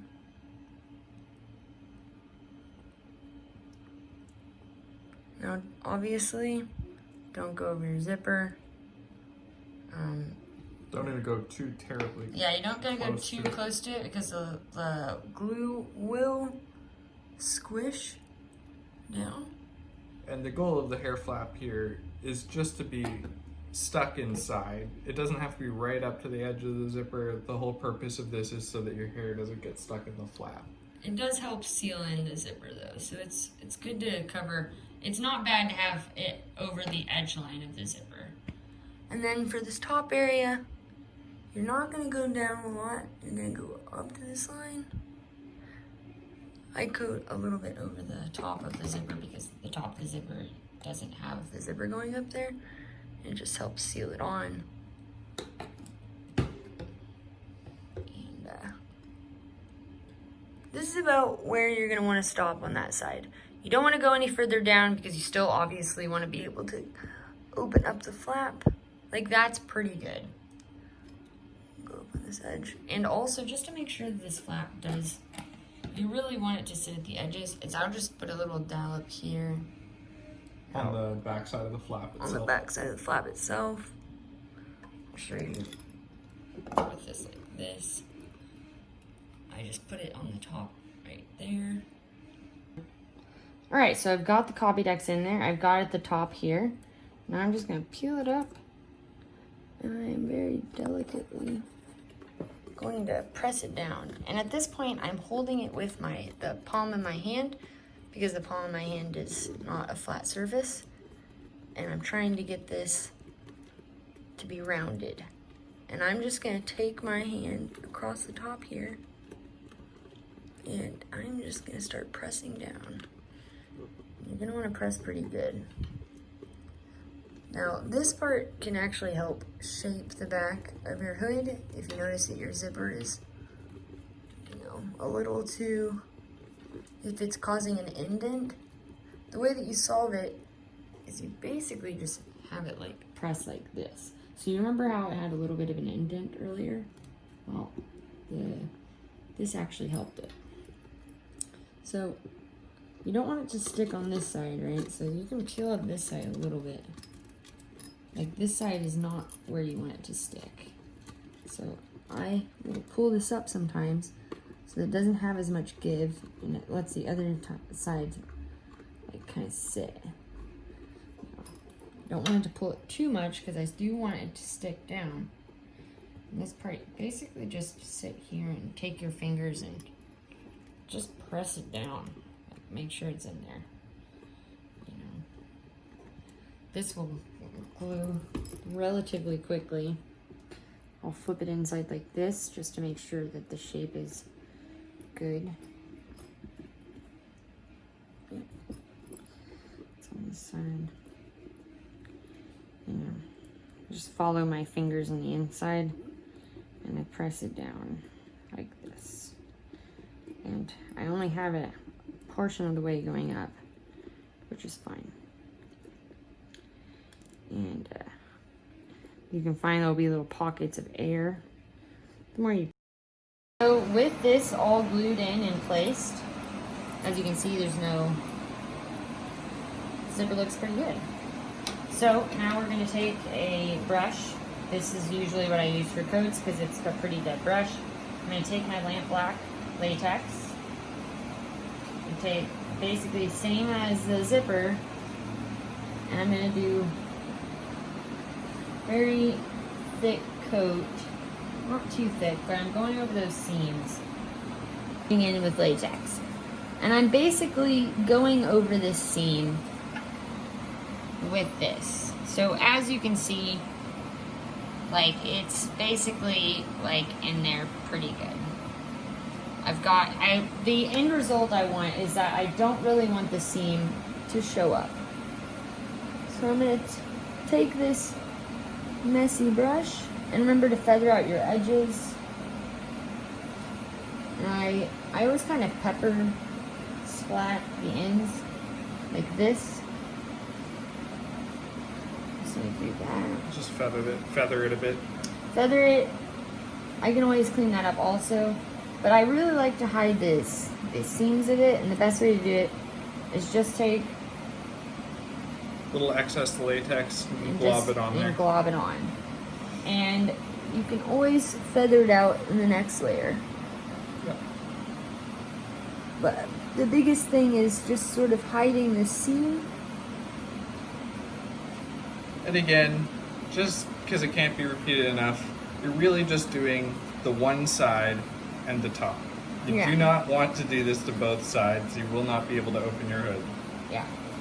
So this is pretty good for a first layer. Basically, you can see like just how thick it is in there. You know, like that, it looks like a lot, but it'll dry and what I'm trying to do is really just hide it. And while you don't want to cover this side, you can like smooth and paint over the flap like this, you know, so there's no like gross edges. Also remember not to go over your zipper. But yeah, I'm gonna go set this in front of a fan, but as you can see, it's pretty in there. Hey, it's me, Jai, again. I'm back. It is obviously another day, which is why I'm not wearing the same clothes. Anyways, we're going to go on to the next part of preparing your new hood. So, at this point, we've got it clipped. The eye holes and the mouth are clipped out, basically, and it's on its head form. So, we do not have the zipper installed yet. As you can see, the zipper's here. I'm currently drying the flaps right now. You can see the flap is basically just a rectangle of latex. I'll show you in a different video how to install those. Luckily, we don't have to flip them inside out anymore, so we can install it at any point in time in the creation process. So, let's get over how to start coating on your latex. What you're going to need are a couple brushes. Just a warning, black latex, more than any other color, will seep into your brushes and destroy them. So you will need to have a water cup nearby and wash it frequently. We have this sort of tool that Dev built, which is really handy. It's basically a water pump inside of a fish tank that we have this automatic switch store, and you can sort of see it work. It basically turns on water really fast because latex needs, you know, quite a bit of like propelling water basically to throw it off. I have a hose in the backyard with a tank with a latex bucket in it where I drain so I can properly dispose my latex. You're gonna have to figure it out. Anyways, so here's my cup of black latex, and I'm gonna start going over how to do this. So as you can see, there are these like lines from this. Those areas are just gonna take a minute to cover, but usually where I like to start is I just like starting to coat on the face.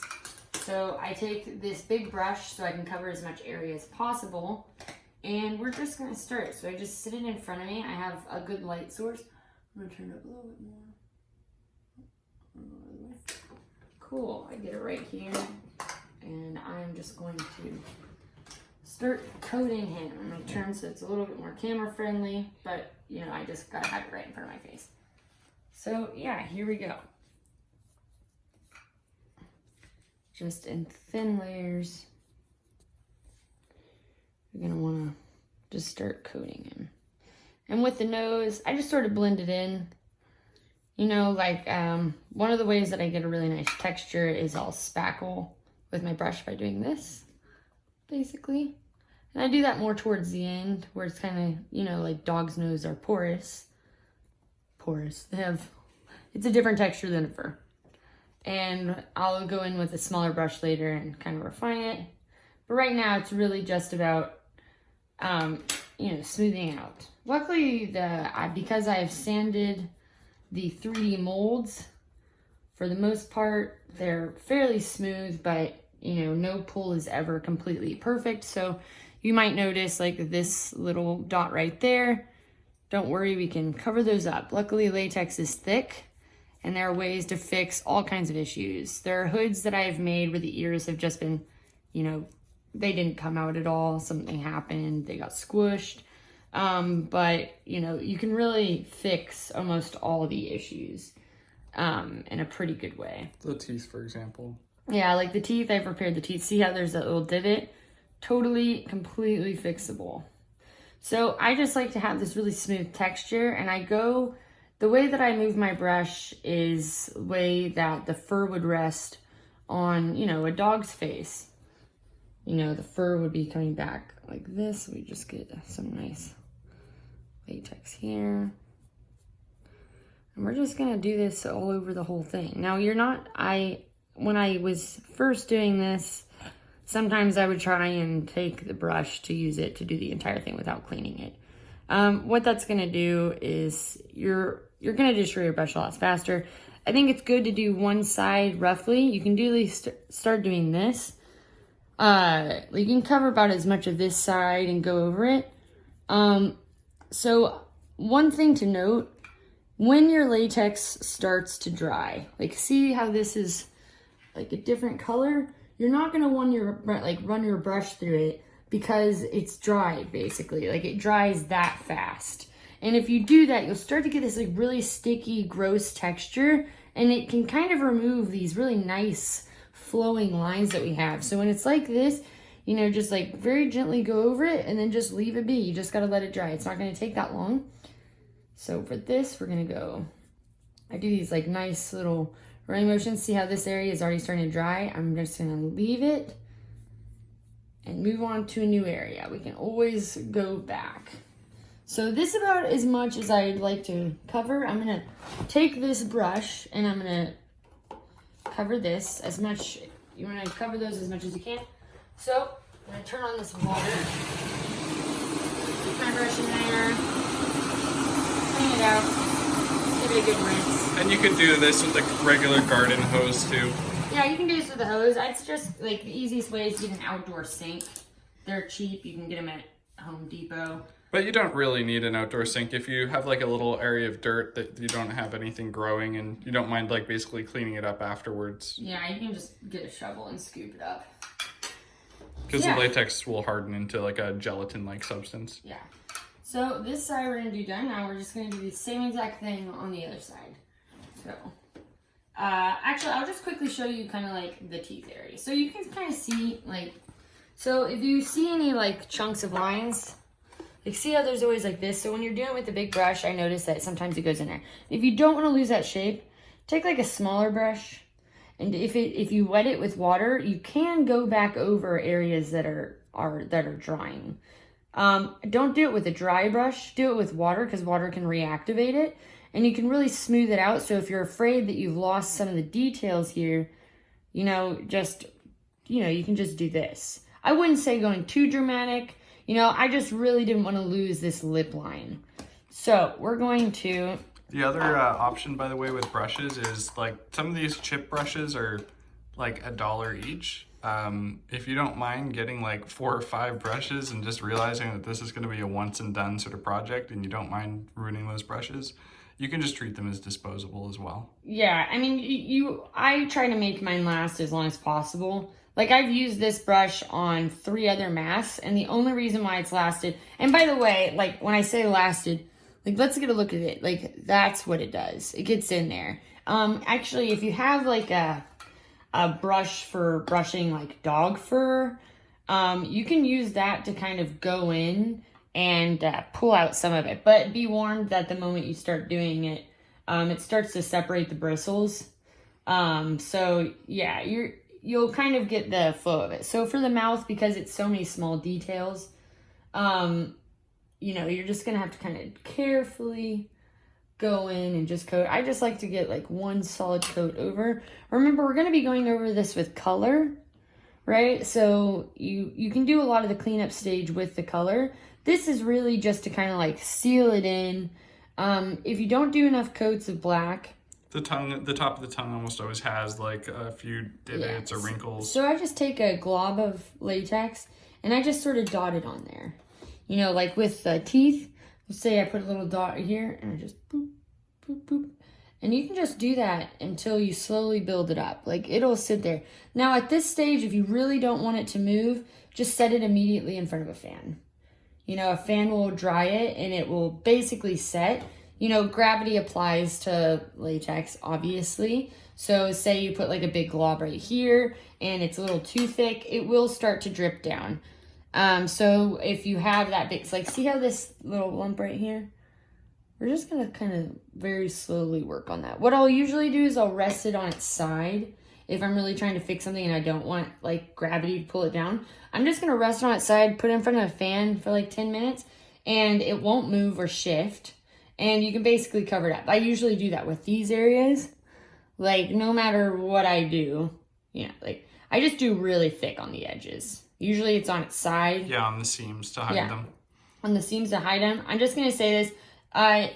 You know, there's you can try your best to cover it. It'll always be somewhat seen, you know, and honestly I don't think it detracts from the mask. Like they're handmade, right?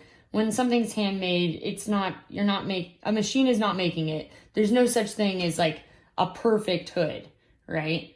But you can get pretty close to covering it.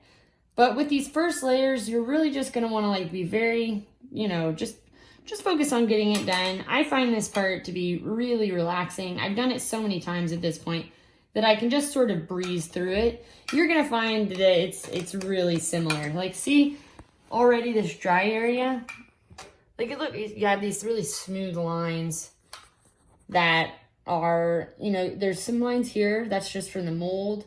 You'll be able, those will go away after a few coats basically. But this part is really important. Like doing this part of, you know, your hood is really just about smoothing it over, making him a smooth doggo. And yeah, this is, you know, if I were to sit and do this whole thing, I do about 4 or 5 layers, or really how many are necessary to get it looking as smooth as possible. Just focusing on all the dents and divots or minor inconsistencies, the seam, building up the teeth as you go. Yeah, and you know, just as when you get your raw pool, you might notice that there are some areas that didn't come out in the pool. We really do our best to provide as perfect a pool as possible, but like no pool in the history of pools has ever been just immaculate. It's really hard. It's kind of impossible. Each pool is different. We try our best, but yeah, it's typical problem areas will be the ear tips. We'll wash this off again, so yep, go for it. We're gonna turn this on. By the way, you don't need this. If you really want to know how to make this, Deb can provide a list of equipment.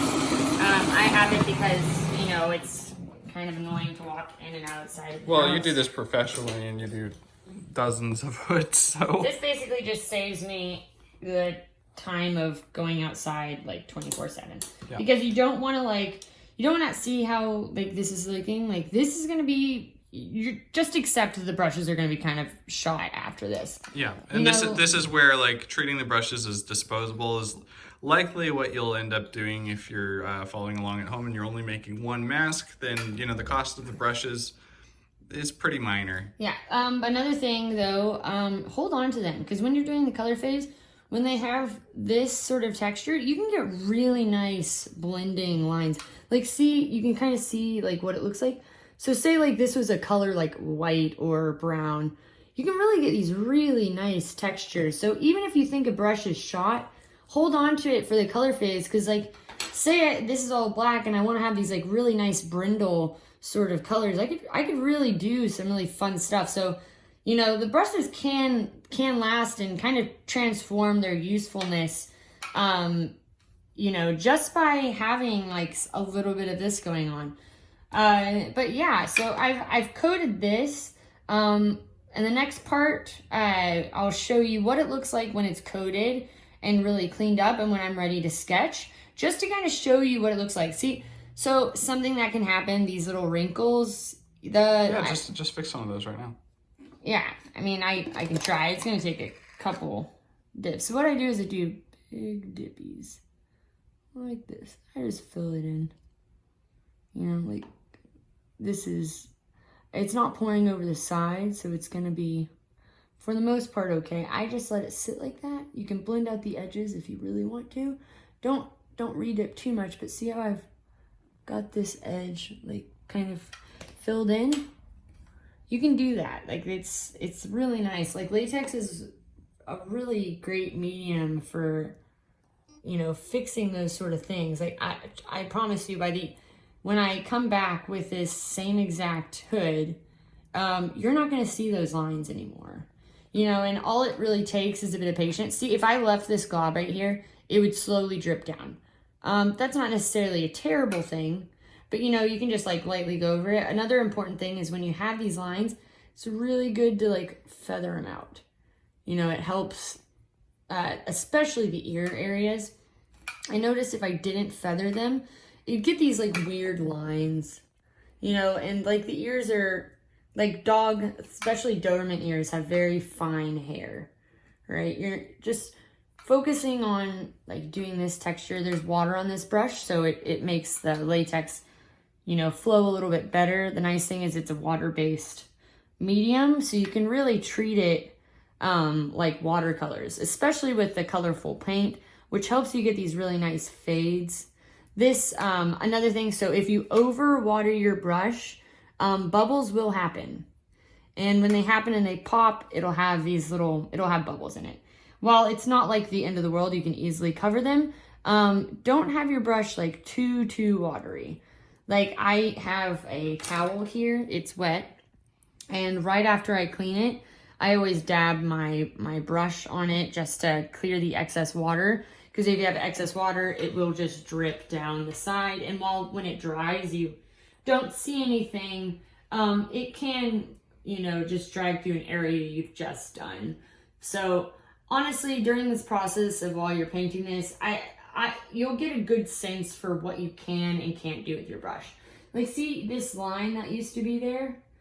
You know, with a couple more, like, basically me covering this area, it's just going to go away. It's going to look really clean. And also, when I'm doing, like, the ear, like, line on the inside, we're going to be drawing on that line anyway. And the color paint does an even better job at covering seams, at hiding imperfections, and it really is not too hard, honestly, to get through this part. So yeah, just take your time, have fun with it. You can get it as smooth as you want.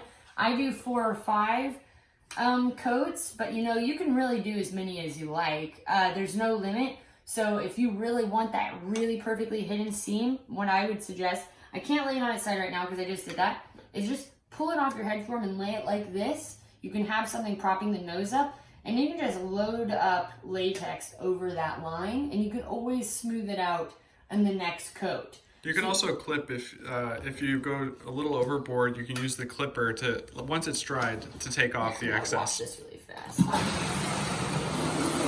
Yeah, you can use those little handy clips to really clip anything that's too much. They're so modifiable, honestly. Latex is a great medium to work with. It's extremely forgiving. If you don't like an area you did, all you gotta do is wait for it to dry and then just go back over it again. You can clip things off that you don't like if you accidentally have a drip, it's easily solvable. And likewise with the teeth, if you notice, for example, that the tooth has like a little bit of a shape and you build it up, but like it's got a blob or a dot, you can always clip off the dot and then go over it with another layer or two. Yeah. Another thing that you might be tempted to do, if your hood, if you're wiping it off with a cloth, because it's rubber, it can pull hairs off the cloth, so I advise against doing that. You're really just mainly going to want to touch it with a brush. Me dragging this will just get paper marks on it. While you can dab very gently, you're not going to want to just drag this or a cloth over it. These can be just like sprayed down with water. Like if you really find it's dirty, or if you've taken a Dremel to your hood, which if you do a Dremel, do it very lightly. It can tear through this because it's the softer material. Just take it and spray it down, let it dry, and it'll be perfectly fine. But yeah, it's a pretty easy medium to really get a hold of. And why might you Dremel it, Jai? You can Dremel it if this edge line is a little too thick for your liking. You can take a Dremel to that. If you really want to clean up this bottom like sort of area, you can take a Dremel to that.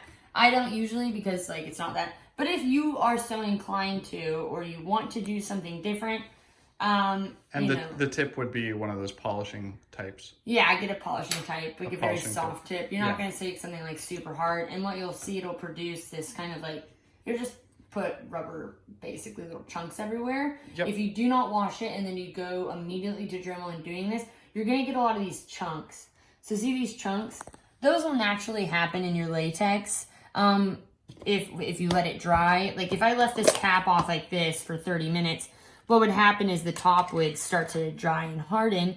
And then when you stir that back in, you're going to get some chunks in there. It's unavoidable that will happen a little bit. But, by taking care of it, mixing a little bit of water with this, like not all the time, but on occasion, will really save you this sort of problem. So another type of thing, when I can always film that too, is I pill. So we call those pills basically because that's what they kind of are. And I'll just take clippers and I pop them off. And then if there's a mark there, you just 2 seconds go over it with latex and it'll smooth over. Because I take pretty good care of my latex, you'll see that that's not really a problem anymore. But when we were first doing it, we were using foam brushes. Foam brushes with a lot of pills. I really advise against using them. Get a good sort of brush like this. These are like 69 cents. This you can get at Home Depot. It's just I think it's acrylic brush. Basically, it's used for like home painting, like walls. And I've made this brush last we've had this for months. I keep pretty good. I comb it basically if I have large chunks, so I'll clear this out. It's the beginning brush. I would never do finishing touches with this, but if I have really broad areas that I don't want to spend a long time doing this, I'm going to take this to it, and it just really gets the job done immediately. Anyways, that's it for this segment. When I come back, this bad boy will be completely coated in its black layer, and I'll show you what it looks like when it's finished, and I'll start the sketching phase, which is one of the more tedious parts, but it's pretty fun. So this hood has been coated and finished. The reason why it looks so rough is they just look rough the more that you handle them. Like you can see how it's got pink dust from the teeth. That's fine, that's normal. When you're first doing your coating, you're really just trying to hide the seams. Like I'm gonna go over these quite a bit more because it's so defined still. There's How many layers has this been? This has probably been like 5 or 6 layers. So this is 5 or 6 layers on. And you can still see like how hard it is to cover this seam. The way that you do that is you just like when you're coating, be very liberal with the black latex. Like actually I can just show you right now. So let's get out your latex. I use a 1-inch brush like this. I have a dog hair cleaner that I use to scrape it, so you can still see there's pills in it, but it's not like dramatic. Anyways, I use this. It's got really thin bristles, so you can kind of see, and it allows for a really soft texture. If you have a really hard brush, it's gonna make it really hard to get that feathered look. So this hood has been covered in like 6 or 7 pretty thick layers. But even still, you can still see some of the marks here. So I'm just going to show you the best way to really eradicate them. You just get this chunk like this and like this. So the way that you make those bumps disappear is, like the reason that bump is there is because, there's a pocket here Like there's a pocket, like a divot, basically. That's what's causing it. So you're really just trying to very gently gloss this over. So once you get over that divot, you want to tone it down on the brush. So like sometimes like just doing something like this, so you put a lot down right on that line, you know, that line's not going to show up. Like even, you can see even wet, that line is more obscured than it was previously before I did that sort of liberal glob. Now the one important step when you do globs like that is you're going to want to very gently feather it out. Like you can kind of see where the glob, this makes it look a little bit natural. Get a little bit more of that like dog hair texture in. You can see every stroke that I am doing is, you know, planned.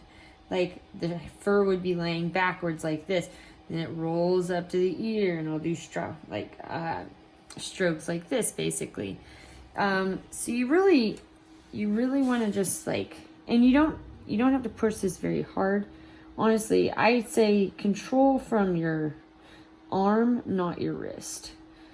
You know, I'm very lightly touching this. Like this is what wet latex on like a few days old dried latex looks like and has been handled.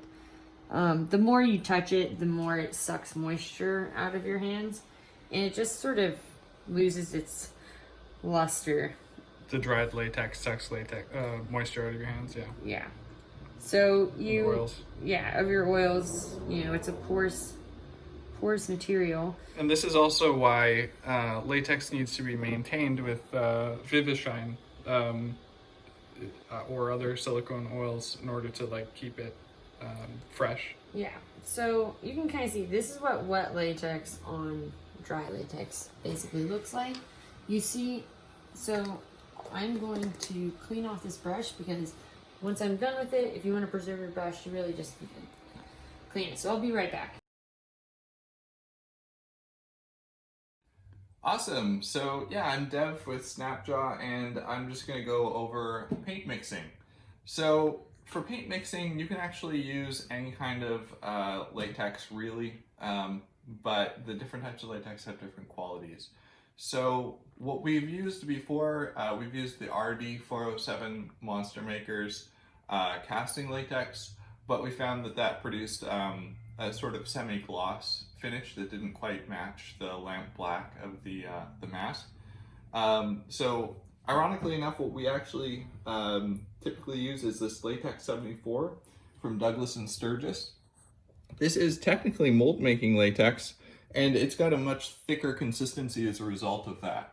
But despite that thicker consistency and the fact that it's touted as mold making latex, this actually works really well for mixing paints because it comes out with a more matte finish.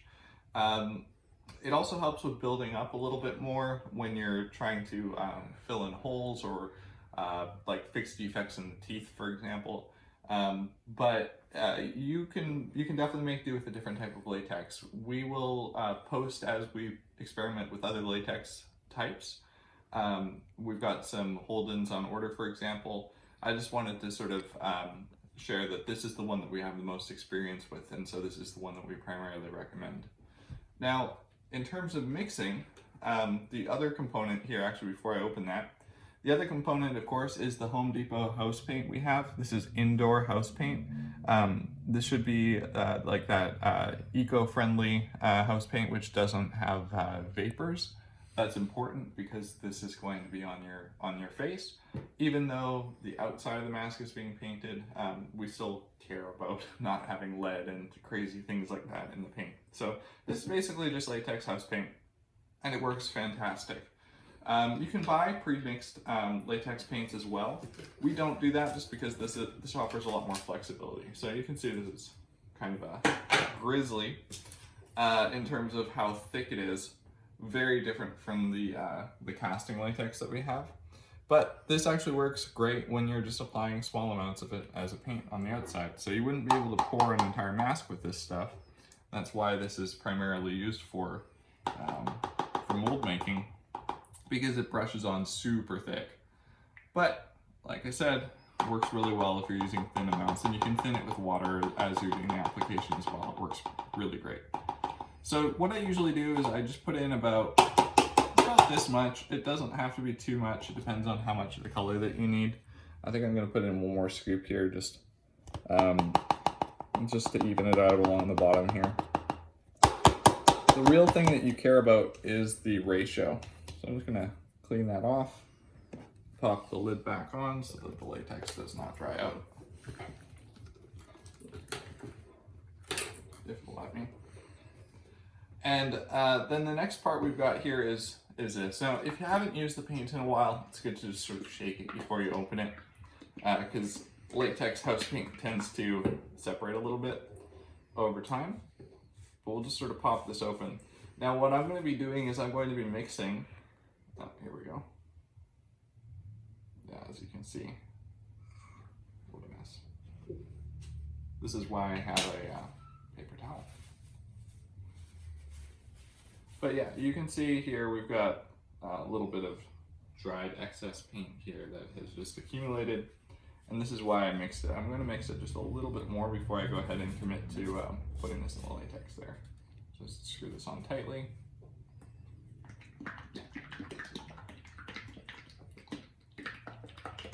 Perfect. All right, so got this nice purple color. What I'm going to be doing is I'm going to be moving to mix probably, between 30 and 50%. It doesn't have to be precise, but there we go. That's maybe even 25%. You don't need that much. And once I'm done pouring, I just sort of clean this up, the excess with the paper towel here. This is why a paper towel is super important when especially working with these little tiny things and trying to pour. You can really make a mess otherwise. But essentially, now that I've got this in here, I'm just going to go ahead and mix it up. As you can see, just scraping the sides, making sure that I get the bottom. You want to do your best to just make sure that it's evenly mixed. You're not applying, you're not whipping it too much to like introduce air bubbles. That's important too.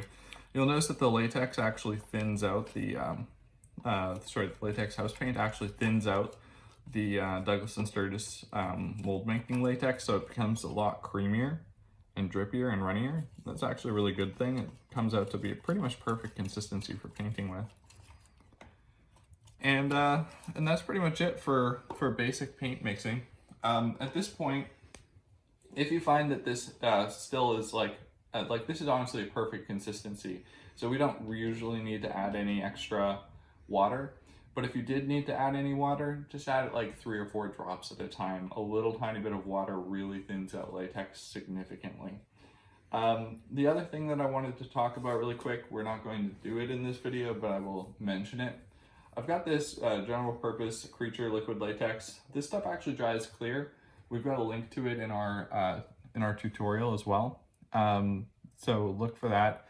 The main reason I'm talking about this clear latex is because this latex here and most other casting latex and mold making latex dries more white or off-white. The benefit here is that this latex, which is used for special effects, will actually go on and it'll appear white but then dry mostly transparent. And this has some really good properties and attributes if you're interested in doing glow pigments or metallic pigments mixed in with your paint. So you notice I've got Art and Glow. This is the brand that I like the best in terms of the size of the particulate is very, very fine. So it mixes in. What I'll actually do if I want to make a glowing hood is I will mix about 30% of this creature liquid latex to make sure that it's clear. I'll mix a small amount of the Douglas & Sturgis Latex 74. This just provides a little bit more stretchiness and body, but you got to keep in mind that it's opaque, so it will dull the effect. And then I'll put in basically the remaining, I'll put around 30 or 40% of this Art and Glow, really quite a bit of pigment, but you can't put in too much more than that because it'll just become grainy. And then the final thing that I would add is UV reactant paint. And you can order that on Amazon or find it in a craft store. But if you get UV reactant paint, then what ends up happening is if you're going under black light, you'll see it reflect. If you hit that pigment here with UV, it'll end up glowing, so you can get a really cool effect. And then it all comes together because you've got semi-transparent paint on top of that driving it. But for your basic paints, this is all you need to do. I've left the lid off longer than I probably should have, but this is good to go. So we'll be moving on to the next parts of the video where we actually use this paint in a variety of ways, and yeah, hope you enjoy that. Alright, so as you can see, I've painted in the front teeth. I am really respecting the fact that these are 3D objects, and one of the things that can really make your hood go next level is connecting the front teeth. You know, like if you look inside a dog's mouth, the teeth are pressed together, at least at the front. Like at the back, there's obviously gum in between. But you know, like have you ever looked at a painting and the artist has drawn in each individual teeth and it kind of seems uncanny valley? This can be kind of similar. It helps them look a little pressed together. Like obviously these are not perfect duplicates of an actual dog's teeth. The back teeth are more accurate.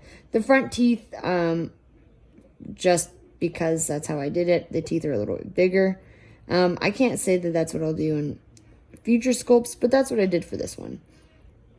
So what I have is, I have the white, and I just very gently putting this like this, and I'll hold it down with my thumb. And just very patient. You know, there's no need to rush this part. And because you're dealing with such tiny areas, rushing this is, you're just doing yourself a disservice. You'll have to clean up more of it later. Getting in there is pretty difficult.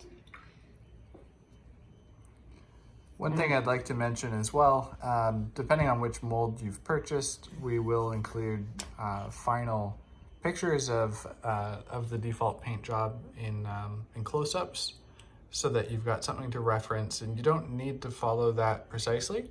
But that way, if you would like to paint your own standard Adobe, for example, you can use some of that. And it's always a good idea to also, if you're taking one of our our realistic sorts of sculpts, such as the Adobe or the Pitbull, it's good to just reference nature photos as well, or photos of people's pets in those cases. Or for the fox, for example, you would want to take a look at actual fox markings, because you'll catch some subtleties that aren't in the actual reference photos that you see in our paintings, and maybe you'll take yours in a slightly different direction. That's fine too. Yeah, you know, these are, because they're 3D sculpted and they have to go through a process of going through a mold, you know, these aren't ever going to be perfect. You can have fun with it and do something funky. These are just the way that I do it. And you may notice that there are holes in this in the nostrils for this one, but that's actually not usually how we do this. It's only because this particular sculpt is going to have a nose ring. Yeah, so this particular hood is a departure from the norm, only with those and the markings as well. This is Adobe, but the customer requested much more individualistic markings for theirs.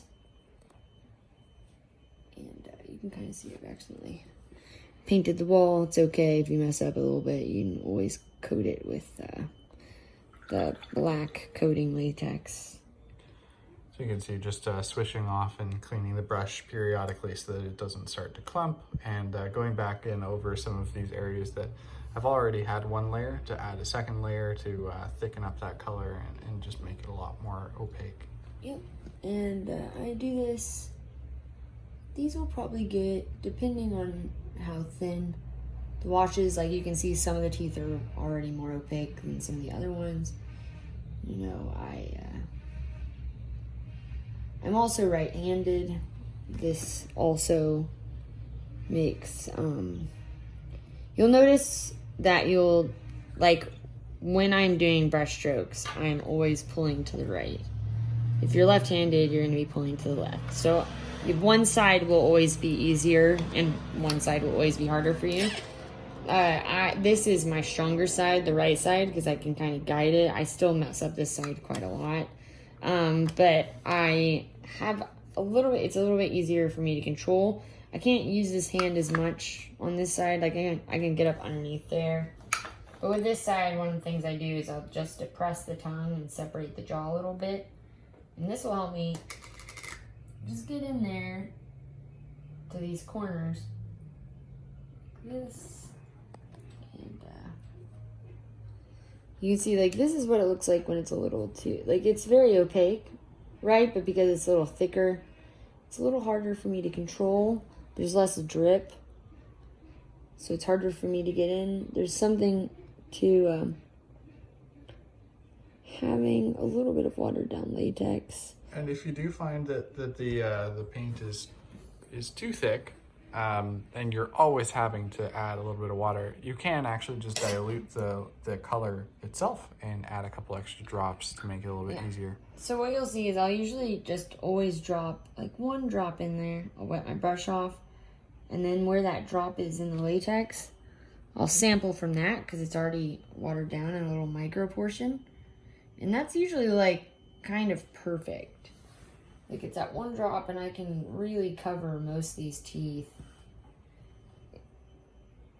And you can kind of see just how thin I'm able to go and how smooth they look. You know, just as a note, like you're never going to be able to get like 100% smooth.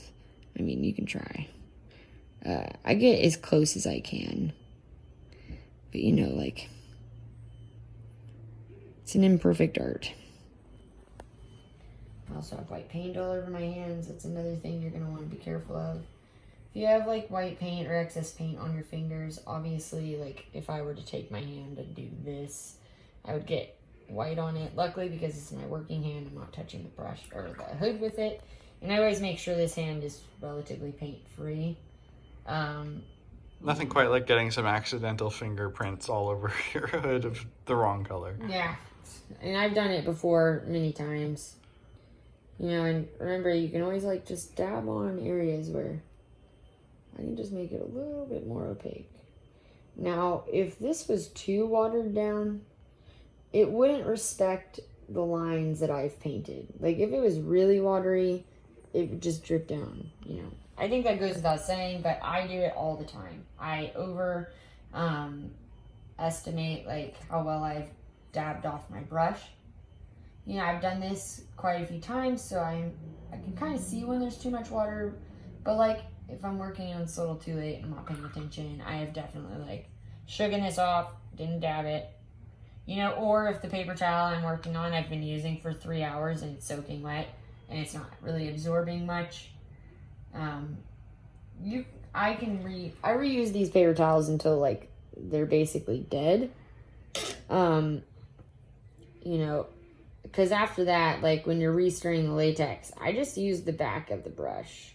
Like there's no need to stir this latex since it was just recently mixed.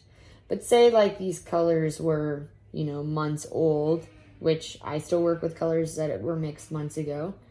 And I had been working with the lids open for, you know, a couple hours. I can just flip this brush and use the back and stir it. And then with that overly used towel that's a little soaking wet, I'll just wipe it off on there, fold it, and then just keep dabbing off on it. You know, because the latex paints dry fairly quickly. Like I could touch the other teeth on the other side that I just painted like 5 minutes ago and they'd be, you know, pretty dry. And yeah, I've almost got these guys all painted in for the first time. Once I have these painted in, because I did a very recent black cleanup coat underneath, I'm not gonna have to go back in with a black unless obviously to tighten up edges. But you know, if I'm really careful and I respect my edges while I'm doing this, I'm not gonna have to do that. I always end up having to do it a little bit because, like, it's always in the last layer I kind of fuck up. But, you know, it's easily fixed. It's not the end of the world. And again, where the black that she would be using to cover that up would actually be the same latex that was used to pour the whole hood and to do all the coating and cleanup, and that is that cal tint infused black. Now, if you don't have cal tint infused black latex, then you know you can definitely make use of some black Home Depot paint mixed or whatever other type of latex you have, and it should work well. It's just that it works better as a sort of structural thing for when you're installing the zippers if you use mass making latex rather than the latex mixed with paint. Also, if you notice that if you've dabbed on with a really thick paint that you didn't mix as much water into, you can just water your brush ever so slightly and just go over those mixed areas and dab and then let it sit. And that extra water will help push the color around so that when it settles smooth. So once again, in order to get in these hard to reach spots, I'm not going to try and do that without doing this. So just pop it out. You can see there's obviously like a little hole there. And I try to follow the line that I sculpted right there. So with these, like, you know, I could just do like a 2D paint on the front, but it really helps from all of the ways that you view it. If they're painted in all the way, you know, then you can look at it straight head on, you know, from the top, from the side, and it looks really like they're actually, you know, sculpted teeth, right? And you don't want to go too far down. Like, that's the gum, right? Like, that's the gum line. You should actually just talk about the gum line and how that works with the fur color and all that. Yeah, so it's going to really help you to have reference of what a dog's mouth looks like. Dogs' mouths have very mobile lips. So here, obviously that's the tongue. I have it just capped right here because I think it looks nicer. But obviously it would be going back, and you can paint it as far as you want. I don't usually like filling in the entire mouth with pink because it's a lot. You lose the shapes. I keep it black. Obviously, if you want to paint the gums pink, you can. It's totally up to you. Most dog lips are black or like splotchy in color, while the inner lip is like, you know, a darker violet red. So these are the lips. Or not the lips, sorry. These are the gums that the teeth are resting in. And that you'll notice that with the dog's mouth, the gums kind of become obscured. Like the lip comes down here. And that's black. And it's black. And then it goes like this. And then you're going to notice like this is where the lips kind of like fold together as there's this, it's meeting the front lip. And the gum will be exposed right here. But usually the lips are pressed over that. And they'll go down, and there'll be gum exposed around the front teeth, but usually this entire area here is completely hidden by the lips and just how, like, there's just a lot there. So yeah, what I usually do is I will draw like the lips right here, and I'll come up and I'll do this. And in the next video, I'll show you where I paint them, and we'll have photos available for you to see how I do them. But yeah, that's kind of a rundown of how I do the teeth. And I will just do this you know, 3 or 4 times, however times I need to get them, you know, to be as opaque as this. Yeah. Like so you can see no black, but here you can see like there's still black visible through the paint. And just for comparison to the completed ones, you can see right here those pearly whites. You aren't seeing any of the underlying latex. And as you can see, these are not completely smooth. Like some of these are. Some of the front ones are pretty smooth. It's I'll probably spend a little bit more time cleaning these up. There's also a pink mark on that one since I have newly mixed white paint. But they're not going to be like perfectly smooth. So yeah, that's it. When we come back, we're going to be filling in the markings. And we'll be able to see kind of how I do it. But as you can see, like there are parts that are a little bit more, you know, fleshed out, but trust me, in the end with the shine, it'll look like a sparkly, beautiful baby. So yeah. So this is an example of the teeth as they are complete 100%. The result of several layers. You can see the tongue as well is also complete. Several layers, but there's a pretty important sort of element here. You'll notice that the lines are clean. You'll want to get your lines clean as well, just so that the teeth read really well. It's important as well not to have like really strong black in between these middle teeth. It'll make them look really goofy. It's good to just let these two middle teeth sort of blend together. But you know, you want to hint at a separation of the teeth. That's why the ones here on either side, here and here, both have that thin line. Just helps the teeth read as distinct and individual without making it look creepy. Anyway, we'll show you more in the next video. Hey, so we're on to the next phase of this. We have our Adobe right here. As you can see, the teeth are completed. These are 100% cleaned up. Takes a little while to do them, but I've done the final layer of black, meaning I will do no more painting inside of the mouth. The black on the outside, you can see the seams are about as hidden as you'll get them. I've done some extra layers here. It still looks a little rough because I haven't put any Vivid Shine on it, but it's basically ready for the sketch phase. And just like a note, you're not going to want to Vivid Shine and then sketch, because trying to sketch on top of Vivid Shine is going to be really difficult. If not, it's slightly impossible. Anyways, so I have used the lamp black on as this top coat, and I will use it throughout. If you did not get the lamp black coat and you're using the black paint, that's also totally fine and works. Now you'll see occasionally we'll grab these clippers, and if I see any, I call it pilling, if I see any like irregular little dots that pop in there, you just go in there and pop them off. Can you show any on here other than those? I just want to get a good zoom in on it before we flip it. Here, I'll do, so this is what I would call a pill. This little dot right there. Very minor imperfections. It's just being a little perfectionistic, but you get high quality when you get SnapJaw. So I just pop these off like this. There's another big one right here. Anyways, while you're doing this, you'll just occasionally run into it. Did 2 seconds to pop off, so it's worth just paying. It bothers me. Anyways, so we're gonna go on to the sketch phase. So how do you start sketching your design on this and make sure that it is symmetrical? Well, this was sculpted in ZBrush, and it had symmetry turned on. So both sides are as identical as they can be. Obviously, this is a 3D object. That's a pool, so it's not going to be perfect. But the way that I do it is I start by drawing a midline. So by drawing a midline, I'm going to pop this off. Let's put this over here. Ah, he's being beheaded. And I make sure that it's at least sitting centered on this wig stand right here. So I'm going to take this cloth tape, and I'm going to have to rotate it towards me. But what I do is I find this midline here, right? So the line right here is perfectly centered. So I'm just going to gently, with my hand, come up and draw. Now, you might be wondering, why am I doing this with a needle instead of a pen?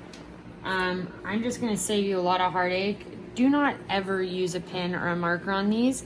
It doesn't show through the black, but every other color, it bleeds through. I've had to redo like 4 hoods that I had sent in the past because I was not sure. I was not aware that that was an issue. So I'm going to mark this right here. I'm just going to eye it with my eye, come down, and mark this right here. Now this tool that she's using is a custom-made tool. It's really simple to make, but that's just a piece of copper tubing and a regular sewing needle, a pretty thick and fat sewing needle, but that's it. And essentially all you need to do is take a pair of pliers, a little bit of hot glue. You put the hot glue on the needle inside of there, and then you just quickly squeeze, and it'll make a pretty good tool for marking. Now this tool just makes very slight scratches, and those scratches are perfect marks for for covering up later with latex. They Yeah, won't show through. they're also very easy to. The reason why I'm using this rather than marker is that I can cover this up with like basically 2 layers of latex, like relatively easily. So I've got this. Now if I want to, I can put this back on here. I just needed it in my lap so I could really see it. Make sure this is centered. Now, this is where I'm going to get the cloth tape. And this is where you really just got to kind of eye it. Like, symmetry is by far the hardest part of any sort of project when you're working with something in 3D. So what I like to do, I'll pull him back like this, is I hold this along this line. Like I use my hands, I put it like this, and I really, really try to kind of get it accurate. So, like I've said, this is just going to take practice. I've done this a few times, and even with doing it a few times, you're just going to have to kind of eyeball a little bit. So, I'm going to take this, stand up, move this back here, and I'm going to lay this like this. I'm going to try my best to get this centered. So, something I can do is using this, I can hold it, and I can just make temporary marks to see if it's pretty good. And those are light enough that if I really had to, change them. Yeah, these are super subtle, but you can see right there. Yeah. So, something I can do is I just take this and I can just kind of really try and start to make sure it's even. This takes just a bit of patience. It's pretty hard to be perfect when it comes to this. You can try your best, but Setting this up to be as central as possible is going to make your life a whole lot easier, though, when it comes to making the markings themselves, because having a lopsided marking, especially along the midpoint or the midline around the eyebrows, for example, it's going to be very visible and very apparent. The closer you are to the center of the mask, the more important symmetry is. okay, so that's fine. Once the center line's on, we're going to come back and we're going to show you the markings on the cheeks and how to go about stenciling to make sure that you get even sides on both halves. Alright, we're on to the sketching phase. I already showed basically how to do a middle line. So here you can actually just see it. So what I do is I've got this basically as centered as I possibly can. I usually will draw in the shape of the nose so that while I'm painting, I can respect the lines around it. And this is what the sketch side honestly looks like. So I've got the design, I found reference, so always use reference. That's just a rule in any sort of art, creative work. For this, a specific order, usually the Adobe dots would be over here, but this person specifically requested that they wanted a dot right here. I also, as you can see, will sketch the ear. I have my own sort of method on what I like to do. You can kind of see it like that. Anyways, but yeah, I've done the sketching all with this needle because, I mean, we explained previously, you can cover these marks up pretty quickly. What you can't cover up is pin marks, so do not use pin. Also, the mouth is finished, so that's not going to be touched again at all. I always do the center line going down on the neck as well, and I draw in the lip line, basically. Let's show the regular Adobe markings as well, just for contrast. Yeah, I'll show you. The regular markings are here. So these are the regular standard Adobe markings. They're all individualistic because I use different Adobes as reference, but they all basically look pretty similar. What are some touchstones on, like, how do you decide, like, where to draw that line? Reference. Literally what I'll do is I'll mark the same exact areas on each side of the nose. See how there's these two marks there? I will mark that for the other side, and it'll become an anchor point to help me do symmetry on the other side. So I basically do this, I follow the reference, there's usually a little bump, I go over here, I encapsulate the front of the lip, and I come down, and I go underneath the cheekbone up, and I usually like to circle right underneath the chin. And what these do is they're following the curves of the sculpt, right? Like when painted in, that's really gonna actually like flesh out exactly where it is. Like you're painting and drawing on where the muscles are. So the mouth is pulled back, the face would be pulling back like this, right? So you want to pull this line back here. Like if the dog's face was resting, this would be much lower, but it's right there because of how much of a grin there is. This also helps accentuate the cheek dots. You can put them really anywhere. Some Doberman don't even have them. They're very individualistic, just like the markings. I always mark the center line to help me when I'm anchoring that, and I'll usually always just mark where it is. I'm gonna tape measure and measure it. And so yeah, that's basically that. Because I've done this so many times, I can mark the ears independently. But you're gonna want to sketch on basically everywhere that you're doing it. And as you can see, like I have one eyebrow done and one eyebrow not. One of the things I like to do to really help me is it is really hard when you're sketching to really see where something is unless it's filled in with an opaque color. So one of the steps I always do is, the reason why I mark it down the middle, is I will completely paint the color on one side, and then what I'll do is I have tracing paper, and I will trace over. Remember, I put anchors, so I put the anchor there, I know that's where that started, I have an anchor here, and I'll do other anchors on the face. And then what I'll do is, once it's painted in, I'll lay this down like this, and I'll sketch in short bits like this. You can't do the whole thing because that it literally just will not work. But I'll do short bits and then puzzle them together. But what I can do is show you how I sketch on the eyebrows so that you have like a pretty clear understanding. So for the eyebrows, I have an eyebrow sheet that I provide each one of my customers. I also do custom eyebrows if that's what someone wants. This guy I have not drawn on his eyebrows, but what I do is on my iPad, I have my eyebrow guide. I'll show you here. And you can just freehand this, but the iPad makes it a little easier to rescale Yeah, and you stuff. can freehand it, but this will make it a lot easier. So I'm just gonna open up photos, and I have it here. So this is the standard eyebrow guide. It's just a guide that I drew for customers to make it a little easier for them if they wanted, because I was before just kind of drawing them on, and yeah, I just wanted to give people a little bit more.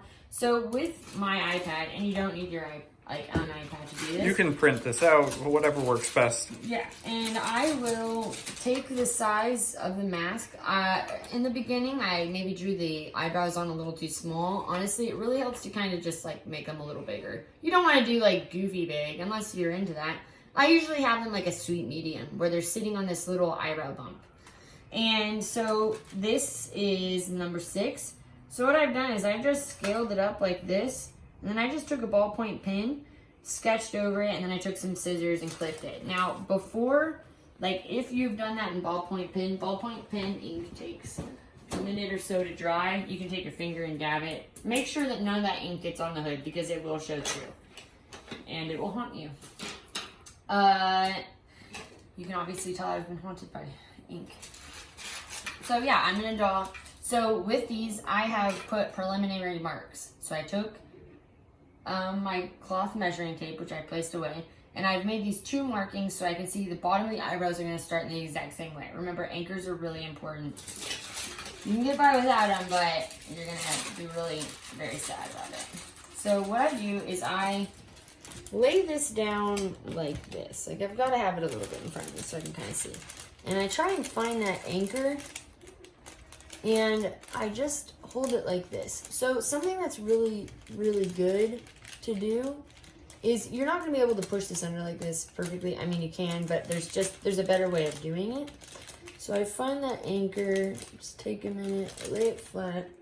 I take this, and I very gently start to sketch the inside of it. You know, like I'm not pushing hard on the edges. I want to keep the shape that I have sketched there. Right? So I'm going to go around like this. And now with the bottom part, because it really helps, is I just take this and I go like that. I don't push hard on the paper, like I'm not moving the paper off of where the marks are. I just get it really like this. It's a little tricky and imperfect just because you're dealing with a 2D stencil and a 3D object. But... yeah, it's not gonna be pencil, you're gonna have to iron. But here's how it came out. Smooth. And it's as close to the iPad sketch as possible. Remember, you can always make changes with paint later. Yeah, or do your own custom freehand design if you want, and then try and create a stencil from that. Yep, basically. So after this stage, what I'm going to do is I'm going to start with the brown color, and I'm going to start painting this in. And once this is all painted in, I will come back and record how I make it symmetrical on the other side. Yeah, that's it for now. Hello, we're back, and we are currently working on this guy. I had shown previously the sketchings. Well, this is going to be one of the more unusual ones. This is, the customer asked for an inverse of the Doberman. So it is the standard Doberman markings, as you can see, but the inverse being that the markings are black and the exterior of it is red. But anyways, yeah, I'm just going to show you basically how I do. Like with any color, usually, you're just gonna have to do a few layers for it to become opaque. Anyways, I have my color here. I have some water here. I should dump and clean out. But I'm not dipping my brush in it right now since I'm doing pretty broad strokes. So, make sure I don't have any red on my hands. As you can see, I've got the back basically, for the most part, coated. You don't want to go over a color while it's wet. You want to let it dry. Otherwise, you're gonna get gross chunks on it. So I'm just going to take my brush, and this side I haven't had sketched yet, so I gotta be kind of careful. I'm gonna have to wait till the other side's sketched all the way, but I can go in areas where I know their markings are not going to be. And this side is dry, so I'm just, being careful, but moving quickly. This part is pretty easy. It's hard to fuck up when you're doing this. So we're just gonna go like this, and you can see, I see how I feather every stroke. Let's make sure I don't have any like really gross glaring lines. This side is dry since I had coated it about 20 minutes earlier. So I'm just gonna go in there, and I don't have the zipper installed yet, so this actually is a perfect opportunity for me to kind of get into this lip. And that's where the zipper will lay. And I just think it looks nicer when the inside of the zipper is the same color. It kind of helps blend the zipper in with the rest of the hood, especially with something as dramatic as this. If it was just the plain black, I would make sure that the black inside of the zipper area is polished and clean. But since it is red, I'm gonna do the same. You can also see, this is why it's important if you're not really sure exactly how a color is going to come out. It's really beneficial to paint on a spare piece of latex and allow it to dry 100% before you commit to coating the entire thing. You can see exactly how dramatic the difference is with the red on the left versus how it goes on relatively pink on the right. And if you're trying to make a pink hood, you might be disappointed when it all comes out blood red. Yeah, I mean, honestly, you could test the color on your hood. It's not hard to coat over it. You just wait for it to be 100% dry. But you would want to make sure that you haven't really had it on heavily, because then you can have like a lump from the different surfaces of colors. But that is really not much of an issue and is easily fixed. Yeah, easily fixed for sure. You can always paint over with as many layers as you like. It's just a matter of how much additional painting you want to do. So we're gonna come up here. Now you can kind of see, like with the regular black, I didn't completely erase this lump from the seam. This is the perfect time for me to do it with this other color. You can fix errors with the other colors. Like I always do a few base layers of black just to kind of clean up and make everything smooth. But like that stage doesn't stop in color. Like I actually find that with some colors it's easier to do a little bit of repairs because the colors themselves are thicker than some of the black latex I'm working with. So you're really gonna need to make sure, like really important, feather your edges.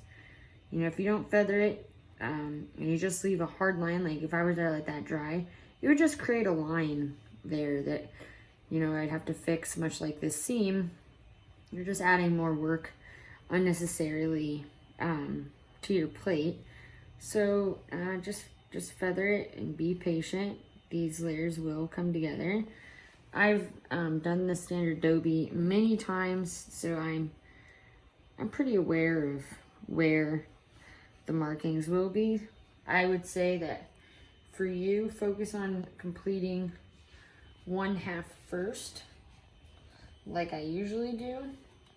For this one, I just wanted to get the base layer on the back, since this isn't complete. It will be completely coated. This will save me time in a little bit. But I have one side completely 100% sketched.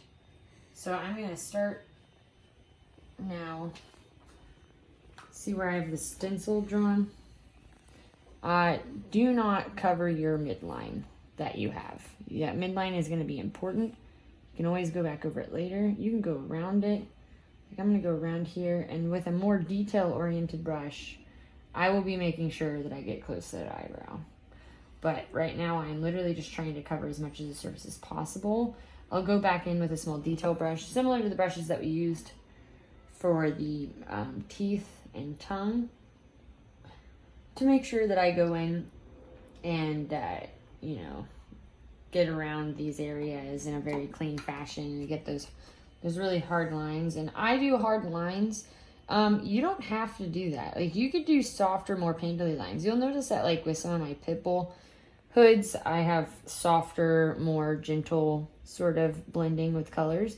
You could totally do that. I do it the way I do because Doberman fur is short, so it's usually harder to line, and it's just kind of like, you know, my preference.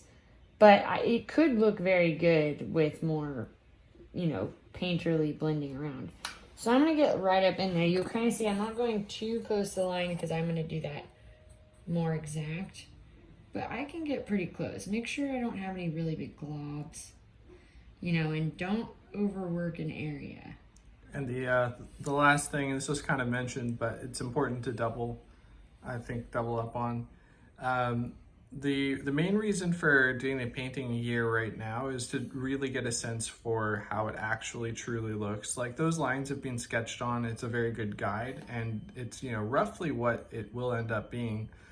But it's always good to just sort of like get some paint on 1/2 of the face, see if you like it before you commit to creating a stencil and basically translating that onto the other side. So that paint that Jai's putting on right now is going to basically allow her to eyeball this and then commit to the final design on both halves of the face. I can move in with color and make adjustments to where the lines are.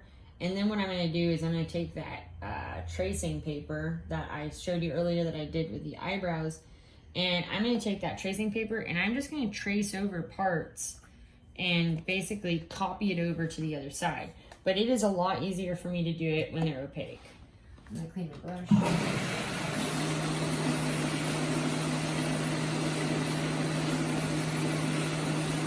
You know, this brush here has been used many times for black latex, so you can kind of see, like, this is on its like last leg. It doesn't really matter for this, like, it's getting the job done. It's giving a smooth application of it. And yeah, it's still got this pink color, but once it's all added on, the colors can really be dramatically different. Anyways, yeah, when I come back in this video, I'll have a standard Doberman half painted and this half painted, so you can really get kind of like a view of it. And then I'll show you how I transfer this design onto this side. But remember, you're going to want to put anchor points. Like, put an anchor point there so you know it's on the other side. Put a midline under here. Put an anchor point here.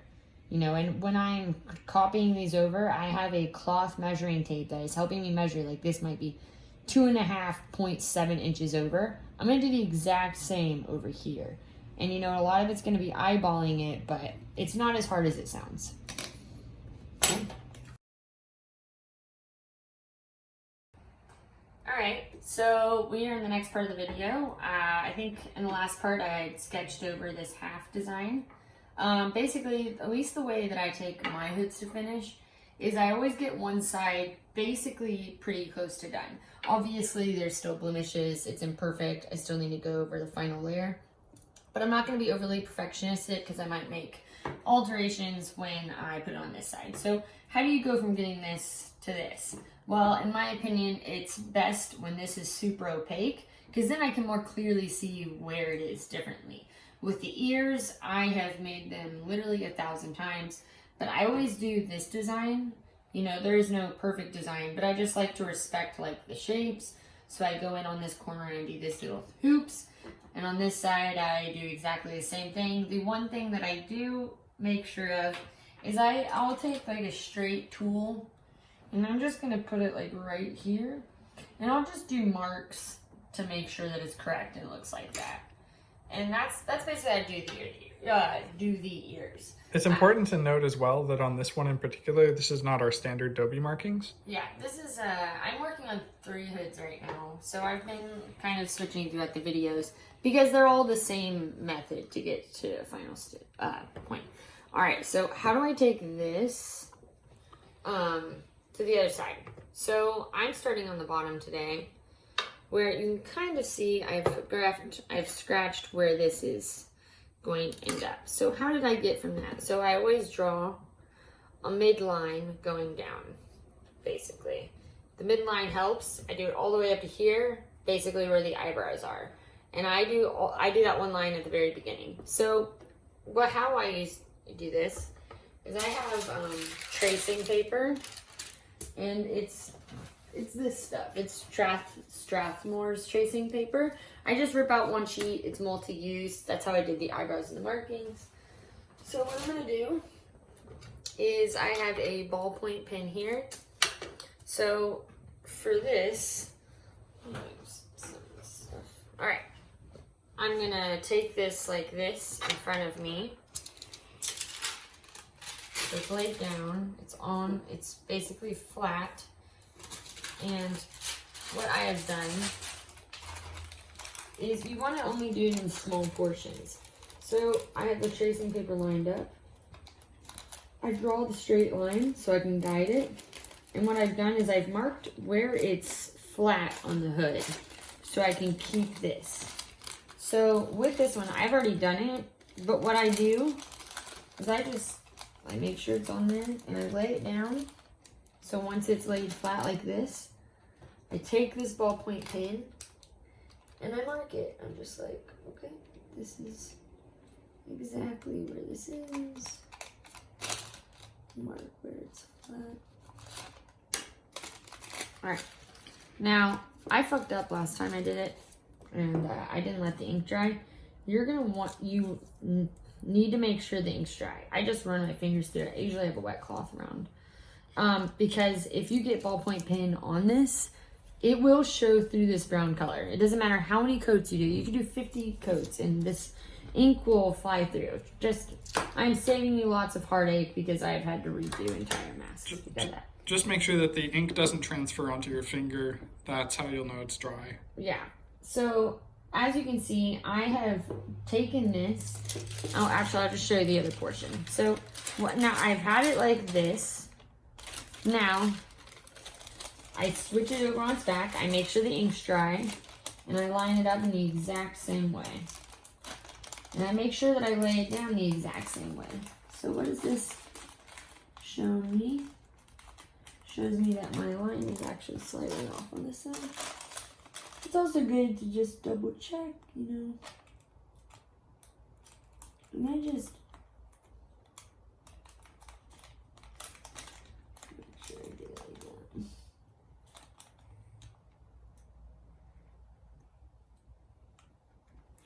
I'm gonna just draw it on there.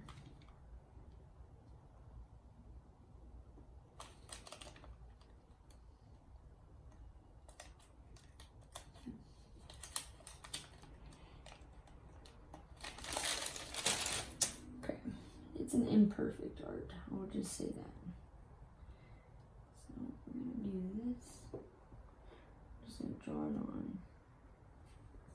Now, because I didn't wait last time, I had some ink there. So I don't usually make this mistake, but you know what happens. So what I do is I take the black latex. The only paint that covers ink is just the black latex.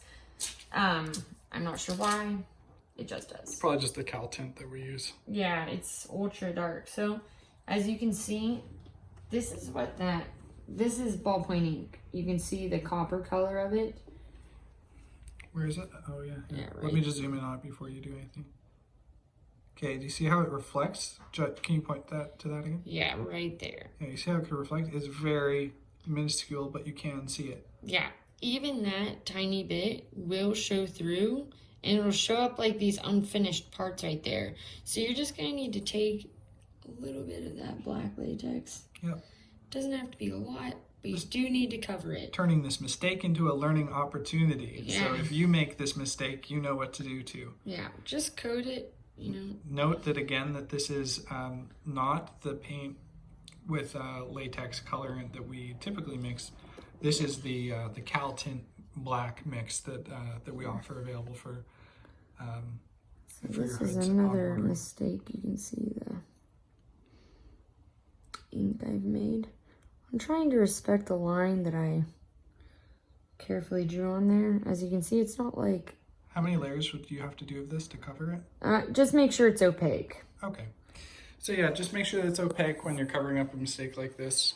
And I think we'll just see you in the next video. All right, we're back to lining up this side and the other side. I have my tracing paper. Since I have the bottom already sketched out on the other side, I'm gonna take this and mark where the end of the neck is. Doesn't have to be perfect. I think that's pretty good. You can see the markings through the tracing paper there. I'm just gonna put little identifiers.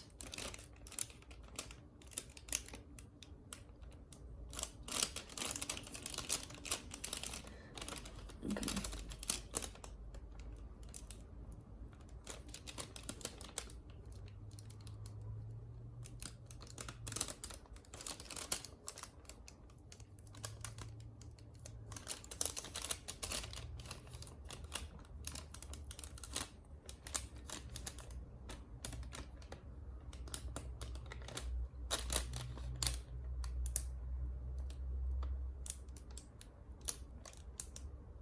Okay.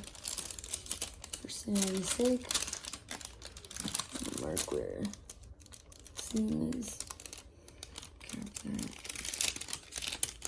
It ends right on the seam. Yep, ends right on the seam. It goes up the seam. And I'm gonna mark where the lips are. You just want multiple anchor points to be able to see where it is. So here's where I have the neck sketched out. I had done the same thing on tracing paper. I'll show you. It's a little warped now, but actually here. I had measured where the neck was, and I had carefully drawn over, had it laid down, and then I used this, and I basically poked through it. It's compromised now that it's cut like that, but not for this area. So we're going to super make sure this is dry. I just take a napkin and wipe it. And sometimes it can take a minute to get it off. All right. We're going to line this up.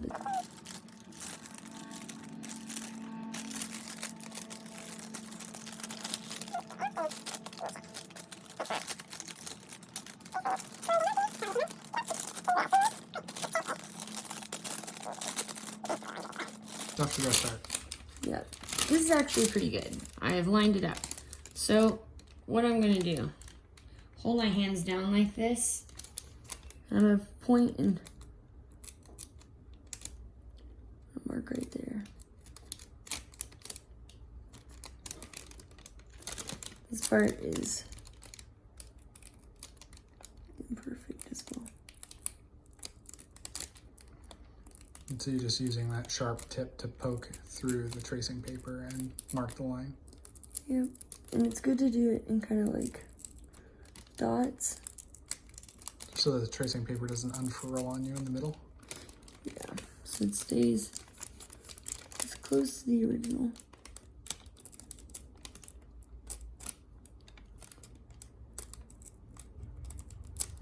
You'll notice that sometimes it just doesn't want to go. It's fine.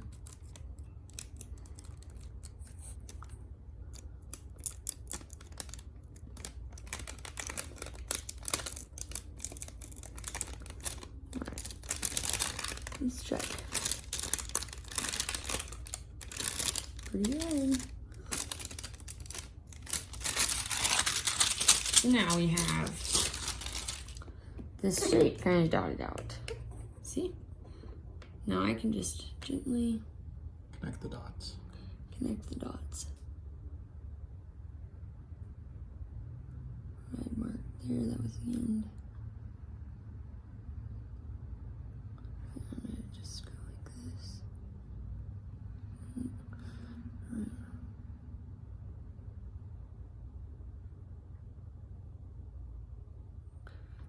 This is where I had gone up a little bit.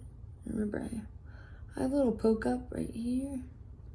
So that is that. So let's just check it with our eyes. It also helps to just kind of be like, this was a Seam, right?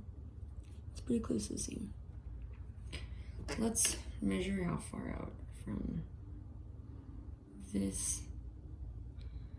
And take the more straight one. All right. You can use measuring tape too if you like, but it's also helpful to just use your tool. I just take it to the back of the tooth right here.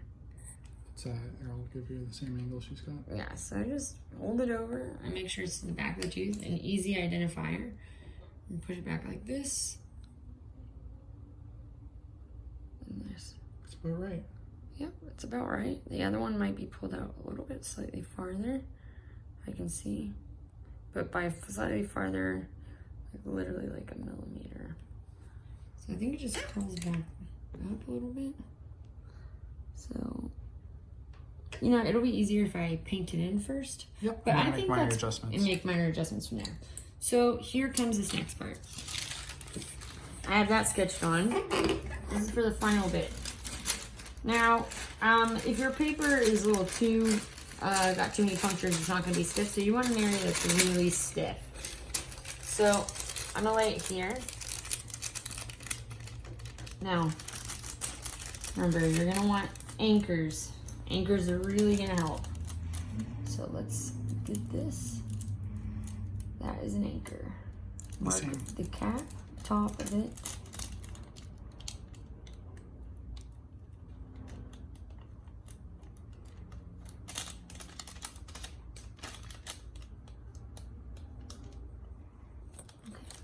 I'm not gonna go too crazy on that side because that's not the important area. So for these little round parts, it's gonna be a little hard. You're gonna have to just work with it. Really lightly go in and mark.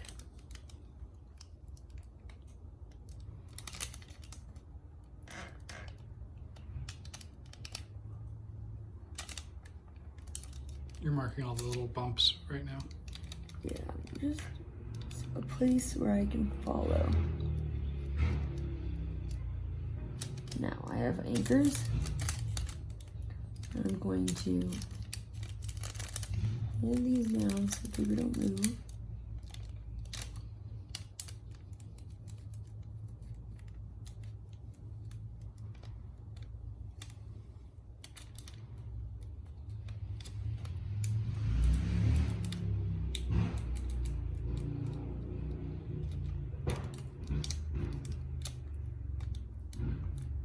Apologies, my street is very busy. Okay, here we go. Now, lay it like this. Again, just wiping off the excess ink so it doesn't transfer. So, Sometimes you just really push in there because I thought it was dry before, and then it was just like, nope, I'm gonna get all over your hood. So save yourself some trouble. Make sure it's good. So it was yeah. Let's bring this back up closer to me. So I had already kind of marked where the mouth was by holding it like this, straight on, making sure that it is straight onto the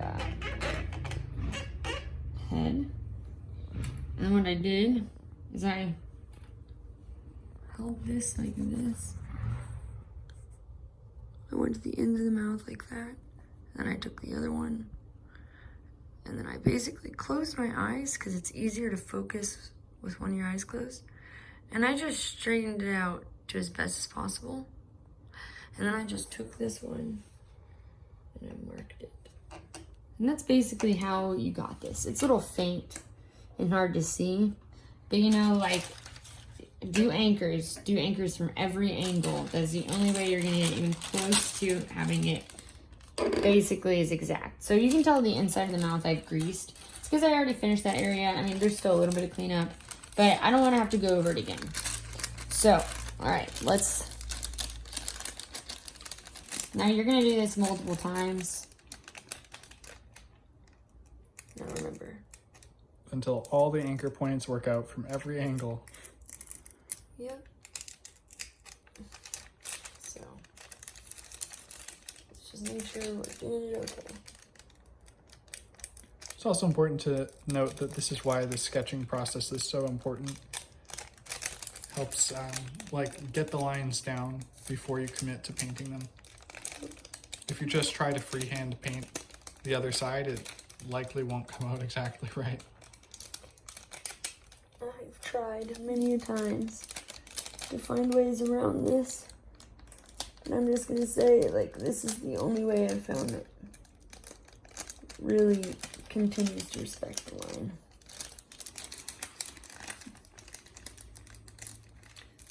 Well, I think that we've pretty much covered this process so far. It's going to be more of the same, figuring out anchor points, tracing on the tracing paper, wiping off the excess, and then applying that and iterating on the existing lines, making sure that you get the lines closer and closer to symmetrical until it's visually symmetrical with the sketch and the other side, which is already painted in. And once you feel like you're at that stage, it's actually going to be more iteration because you'll need to fill it in, and we'll go into that in the next section. And there will be final iteration even once the colors are on, but we will catch you in the next video. Alright, so we are back. We have this hood and this hood before me. As you can see, I've got the other halves mostly sketched on. This guy is missing his cheek dot on the other side. We're going to show you how to do that in the next video, but he has some helpful guides on him that I can use as a demonstration. So this one is almost, it's getting there. I sketched on the design on both sides, and I've been measuring to make sure. Now I'm going to do a sanity check and just make sure that it's okay. By doing some of the same lines across the bridge of this one's nose as that one. So you can see the ears already sketched in. I still need to fill them in. And this is basically kind of an approximation of where it is on the other side. We'll get a better idea when it's filled in. What I am going to do right now is something that it isn't super apparent when you, like in the pictures, but this is something I do that's really important. So in the process of your hood and making it, it's good to see it from a bunch of different angles and see. So I really like to clean up where the lips are in here. I'm just gonna pop that pill off. So the underside of the lip doesn't show up in the photos, but I kind of think it's really nice to like actually, you know, pay attention. It's also another good way of measuring where you are. Like, are these the same thing? These ones are actually pretty lined up, so I did a pretty good job. And with the lips, I just kind of, I have a method for doing them. I make them like round in there and then go like this. So it kind of looks like a natural lip. Like even that has it. And I've got this basically measured to where the smile is. So this character's design really ends like right here. And what I'm trying to make up for is to still give it that doughy smile. And it's trying to figure that out.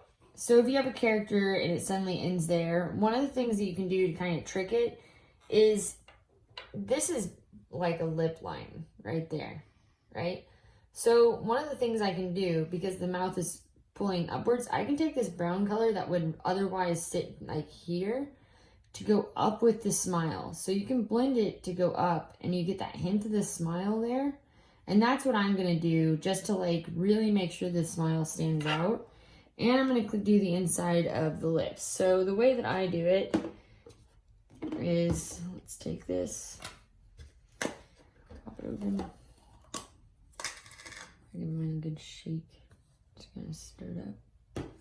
I've got my water here and a napkin. Let me move these tools.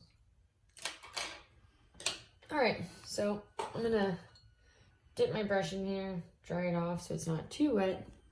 Now, something I'm gonna do is I just kind of pop the nose back like this. Like it's not hard enough or long enough that it's gonna cause a crease. And I just take this brush and I really just go like in there. I just paint the inside like this. And sometimes like with the pulls, the lips don't really ever turn out under there because it's kind of like an overhang, so it can be kind of hard to get latex in there. It's also not very visible. So I usually end up filling it in with a brown color, because the like latex paint actually, when it's thick enough, can be built up really well. So I'm just gonna go up there and make sure all my brush strokes are smooth. I'm gonna go up under here and I'm gonna once again, and sometimes like before I do this part, I'll mark it with a pencil just to kind of keep me in the loop of where and approximation I have it on the other side. You know, this part just requires a bit of patience. So I think I've drawn mine a little too much on the other side. It's fine, you're gonna have to do this in a couple of phases. So if you're trying to blend like wet paint on wet paint, all it's gonna do is push it around, especially since I've already greased this area. So I'm just checking here, seeing where it's at. So it's same. This is a little bit too much on that side. It's fine, that's an easy fix. So I'm just going to take this, hold it like that.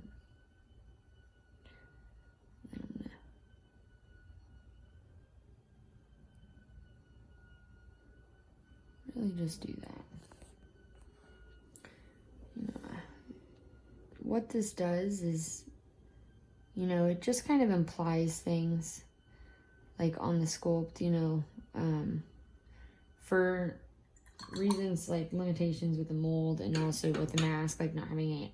We don't really have like a lip line sculpted right there, so you can just kind of paint one on. And then from this angle, like if someone's looking up at you, it looks like they're looking up at a pair of like, you know, an actual mouth, rather than the color just ending at the edge, which would be weird.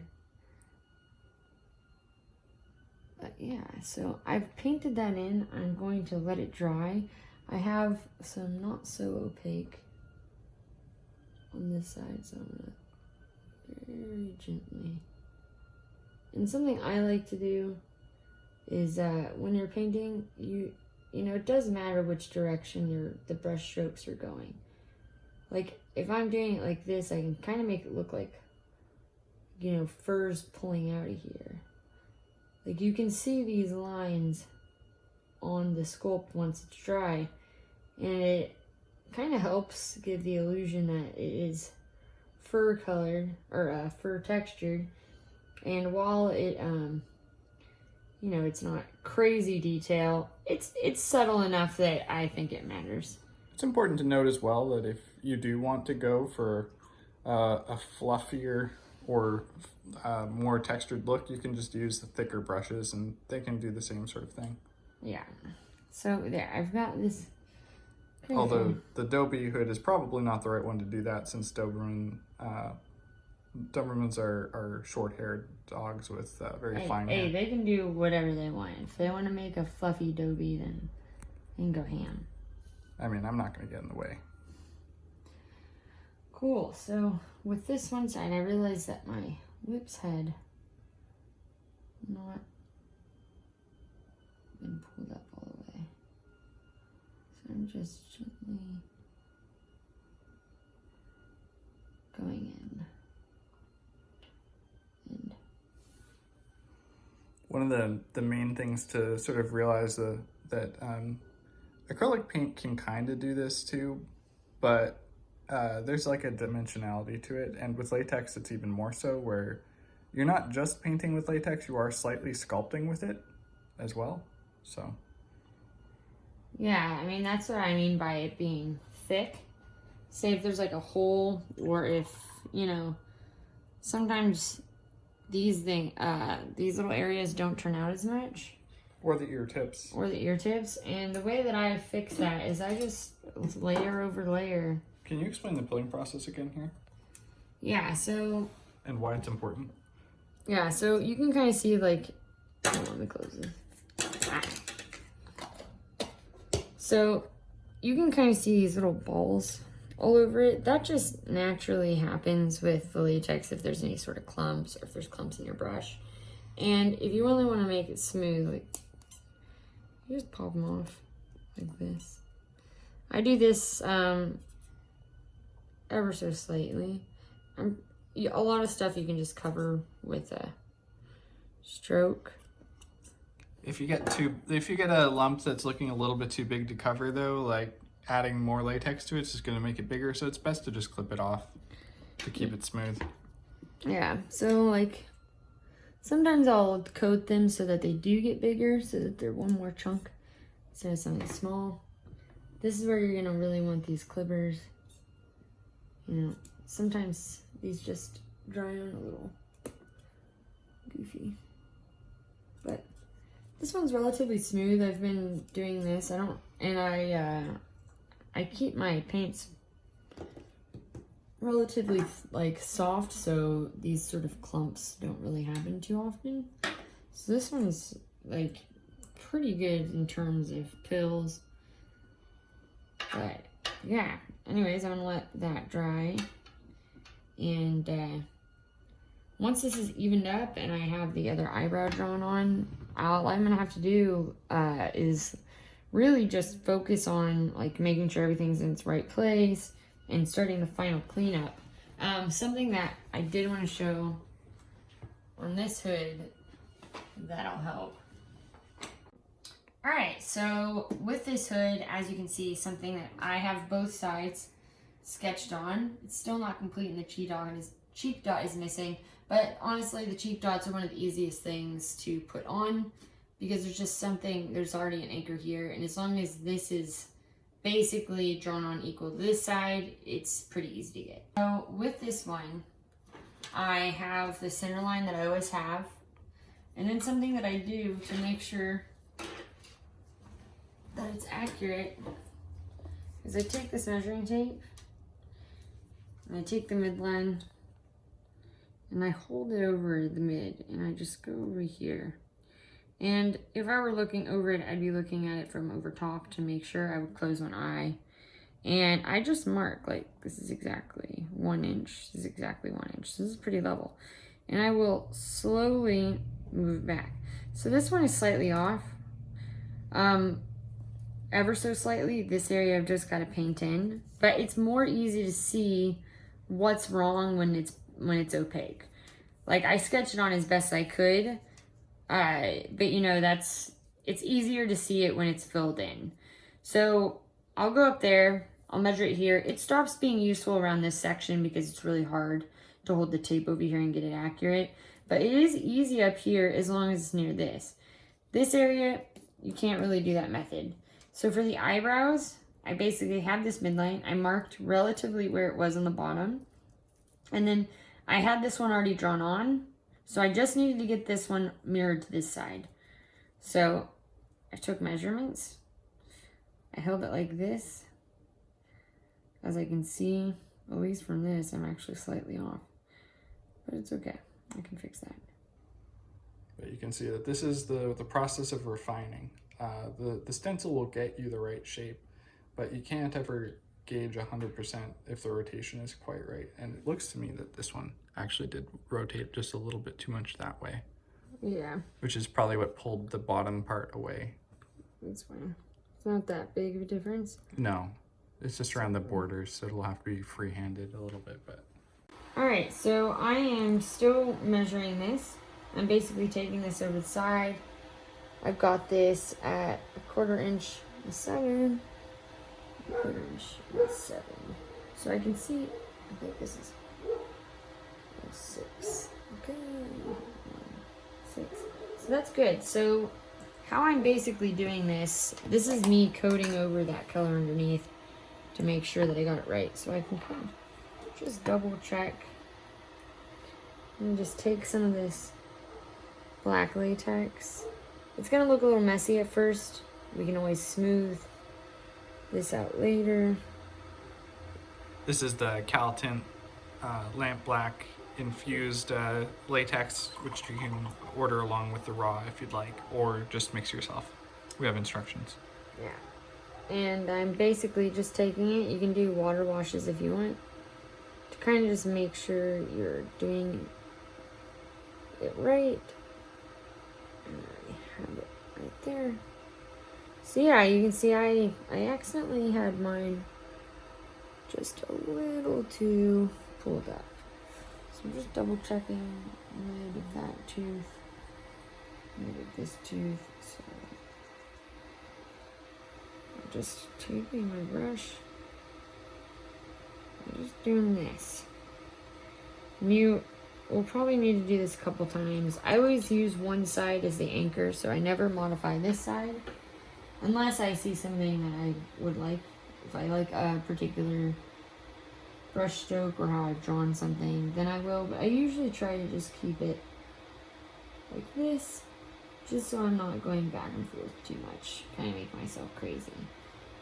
But I'm getting there. I had to make quite a few modifications to the nose, but as you'll see at later parts of the video, you're not even going to be able to see any of those sort of bumpy areas. And interestingly enough, the second side typically takes longer than the first side, just as a result of trying to achieve that symmetry. So don't be discouraged if you also have to make modifications in the process of getting your hood to completion. Yep, it's just a slow, patient process. Cool. Alright, we're back. We have this hood right here. It is very nearly done. As you can see, I'm on the last little cleanup stage. So I've got everything lined up. And I'm just double checking everything, trying to make sure that it's as even as possible. You're never gonna get it perfect, so try your best. Anyways, so I always leave this side as the dominant side, so everything is based on this side.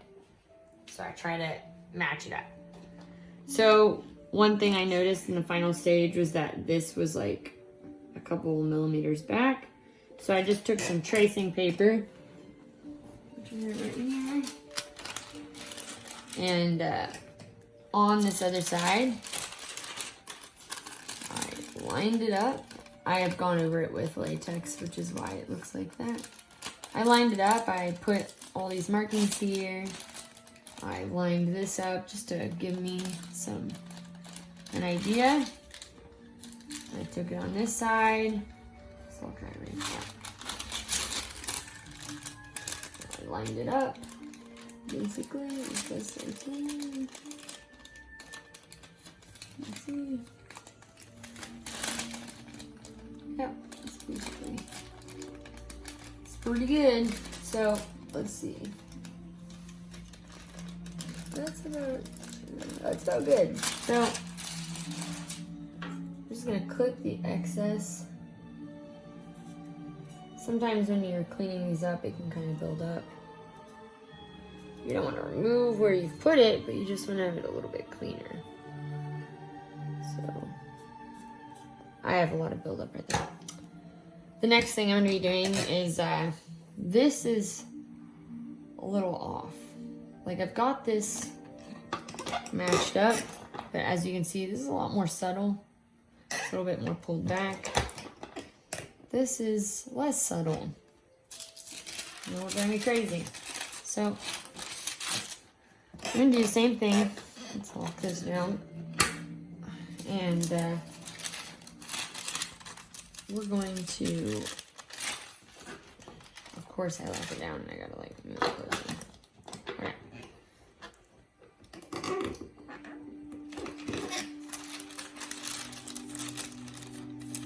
Okay.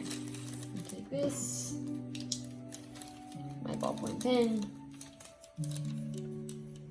make sure it's laying flat. This part's always a little difficult. Just it is. I think our points are pretty far away, so. Yeah.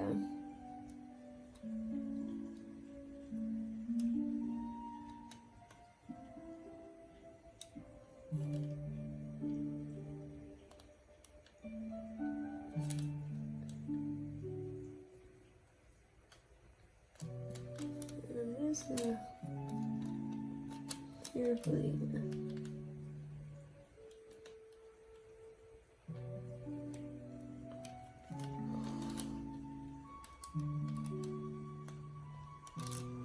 One of the anchor points I always do is the slip.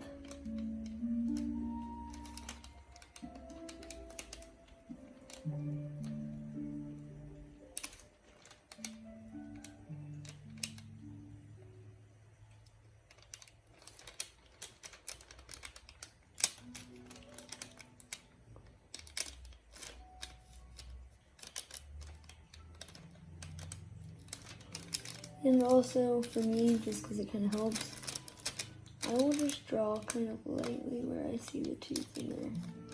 Obviously, it's not going to be perfect, but it just kind of helps me line up. Kind of see where things are.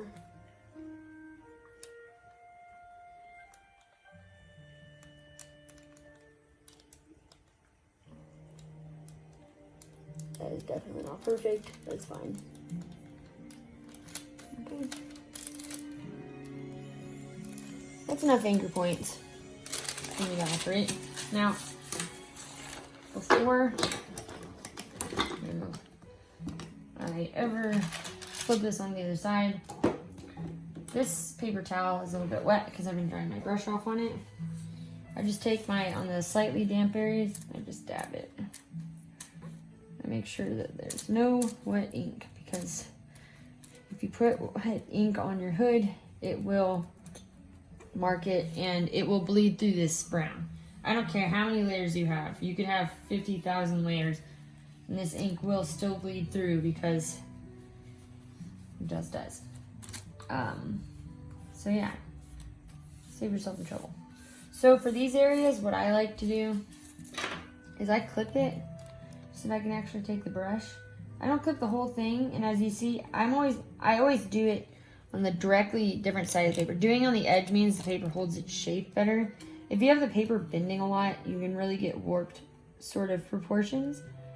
And I only do it for like this long. I do about 2.5 inches. And that's about as reliable as it gets because it's a 3D form. If you're going beyond that, just by the nature of pressing it down in other areas, it will always warp. So just do it in small segments and slightly work up, and then with your eye, just kind of measure along. So I'm going to finish clipping this.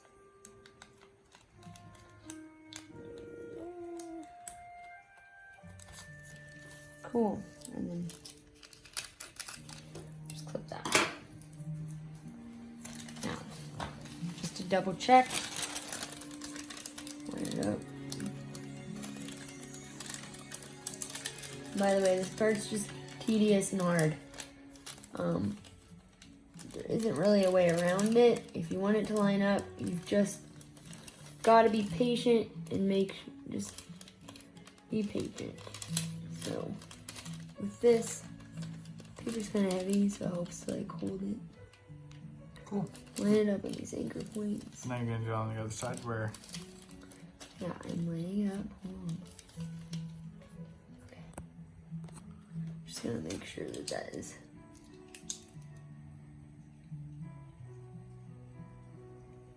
Just marking that that's where that is. Okay. Now I can line this up. It helps. Just pop this down. Why did I just do that wrong? Okay. No grossness.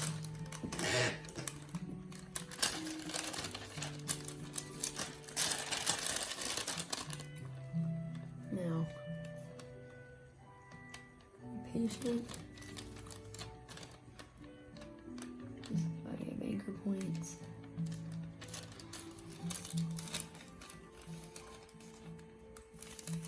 Now I can kind of see what's going on.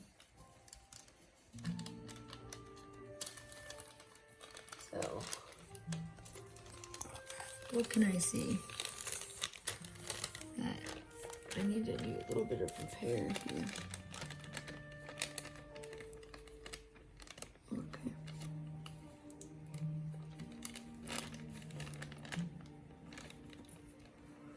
That is basically lined up as best as it's gonna get. So, what's a little bit off?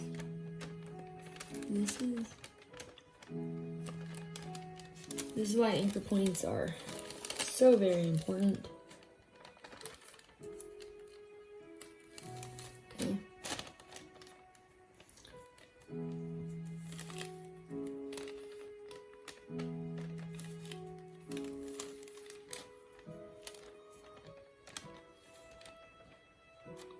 Alright. That's apparently kind of where it's at. I think it's slightly off. Anyways, like I told you, this part's just tedious. But if you want it to line up, you just gotta be patient. Okay. So what are you seeing the modifications that are needed for this? So here, this is basically lined up. So I'm gonna lay this flat. Now if I want this to line up with the other side, I just gotta make sure it's on there. So it looks like you need to have a little bit more of the brown Yeah. there and a little bit less of the brown on the tips here, right? Yeah. Awesome. Yeah, I just wanted to communicate that for the viewers. Yeah. So I'm gonna take something I do to kind of help is now that it's on there, usually I have something to help me. Okay, now keeping this down, I take the black latex, and all this paper's there. I just go up along this edge. Now you don't want to paint down, I paint up. Yeah, because you could flip the paper.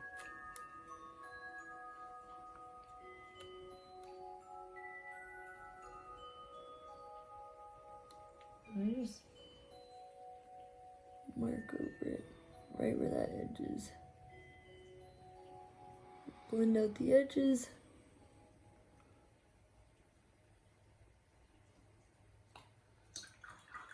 It dries really quickly, so sometimes the best thing to do is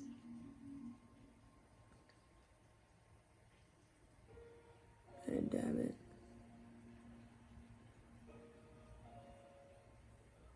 Blend your edges. You can always do coats over to clean up these edges. more. And what I do for the areas that need more brown, I take this tool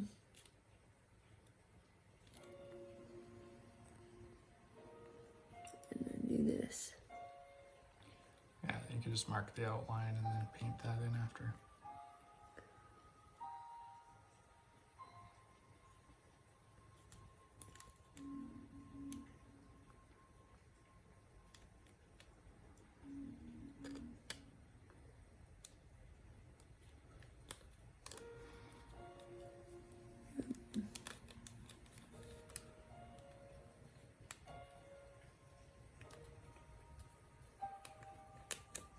Without moving it, I can move this. That. I've got a nice mark there. See, that's where it's going. Make sure it's lined up.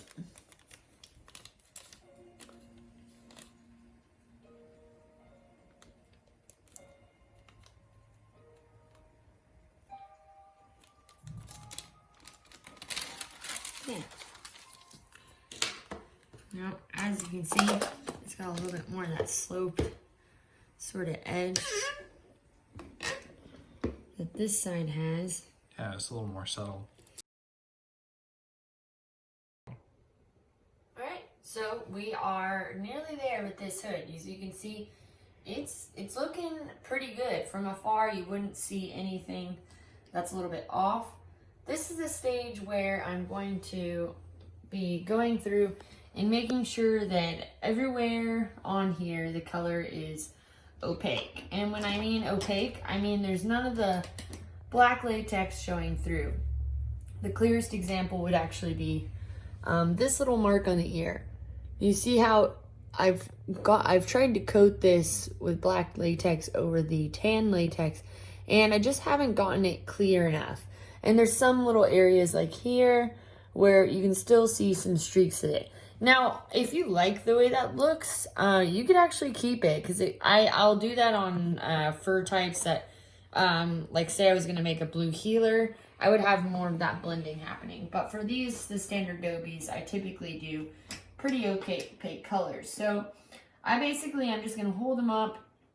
I'm going to glaze through. I've been fixing him this morning for a few hours already. And this side is basically 100% done. So this is what a finished side looks like. As you can see, everywhere is filled, everywhere is opaque. It's all really clean. I've been going over with Vivishine. Doing Vivishine during this section actually helps because it shows you more clearly where you need to go over with latex. It shows you where it is not opaque. This is the side that I need to doctor a little bit more. So I'm just going to remove this off the headstand. Make sure that the paint on the other side is dry. I've totally accidentally laid it on its side and gotten some latex all over the table. So with these little cheek areas, I don't always go up along the edges because the edges take, some care. So I have my water dish right here. I have a brush and a towel. And I always do like a couple drops in there. I don't mix them just because I kind of sample from them. And I'm just going to hold this like so. And I'm just going to start going over it. Now, if you have it too watered down, you're going to end up having to do this a couple times just because it will go on very light. I like doing it somewhat mixed with water just so it feathers quite easily. If it's too thick, I find I get really gross edges, and I'm not a fan of that. So I'm just going to go in like this. And I'm just going to coat these edges. So I have all these edges really fine. It's really just tiny, tiny touch-up areas. Like this area is looking really good. So you can't even really notice the difference with paint I have over it because it's already pretty opaque. So one area that I did notice was inside the ear, right along here. So I'm just going to take this very gently. And I'm going to bring it right up on that edge. Now, if I want this process to go slightly faster while it dries so I can see what it looks like, I have these tiny little USB fans, and I just pop this like this. And it's gonna take only a couple minutes, if that. Sometimes it dries within like 30 seconds. It's pretty fast. So there's another little mark right there.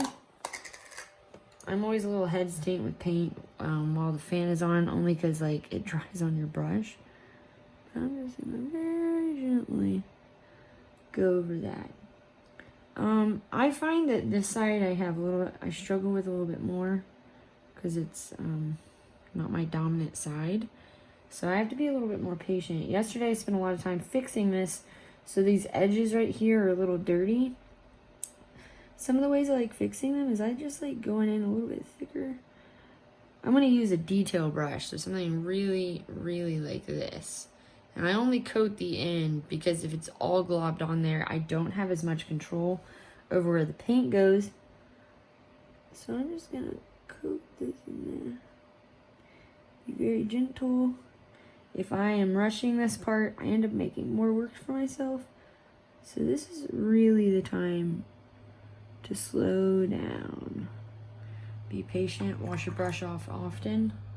You don't want the latex on there too thick, because then it will just really cause a lot more problems. And I go right up to this edge. Now, because I have this black latex, I spent so much time fixing it. It's a little bit built up right there.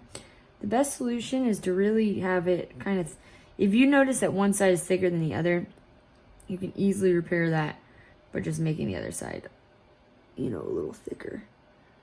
And I really, really try and make my lines as clean as possible. This area is a little messy, just from yesterday. So I'm just gonna have to be very gentle and kind of work with it. How you fix these jagged edges is just being very patient, you know.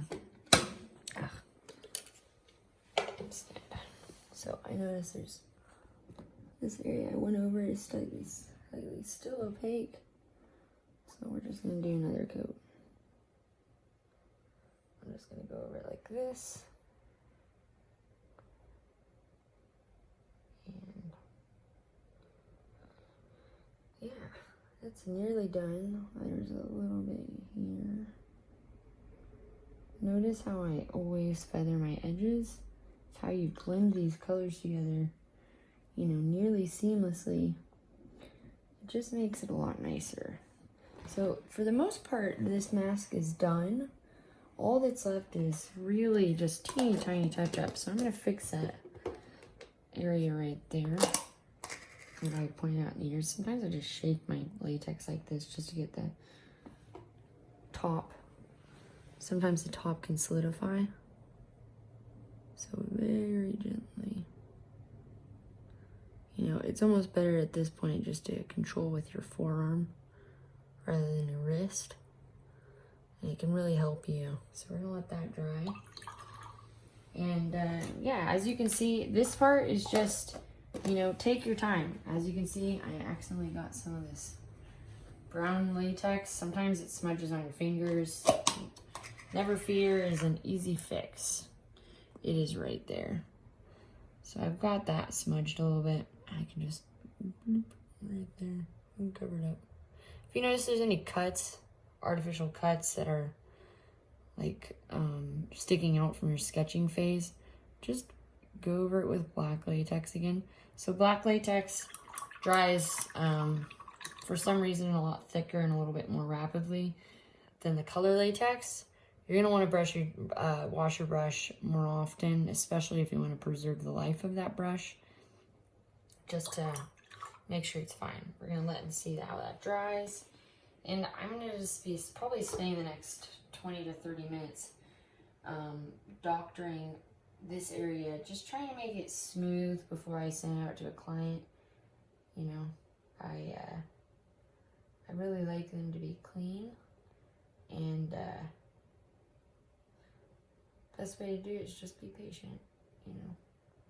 If there's already a built-up edge, you really gotta just make sure your brush is getting in there.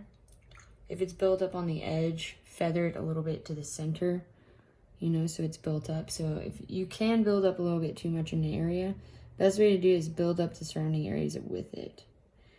You know, like I'm not just doing the edge. I'm doing like usually about a 1/2 inch. Sometimes I'll even go into an inch. And just to fix that, I'm gonna be very gentle. Yeah. See how rough that is? I'm just gonna do this. So sometimes just to make sure, if I notice it's a little uneven, I'm just gonna take this very gentle, like so.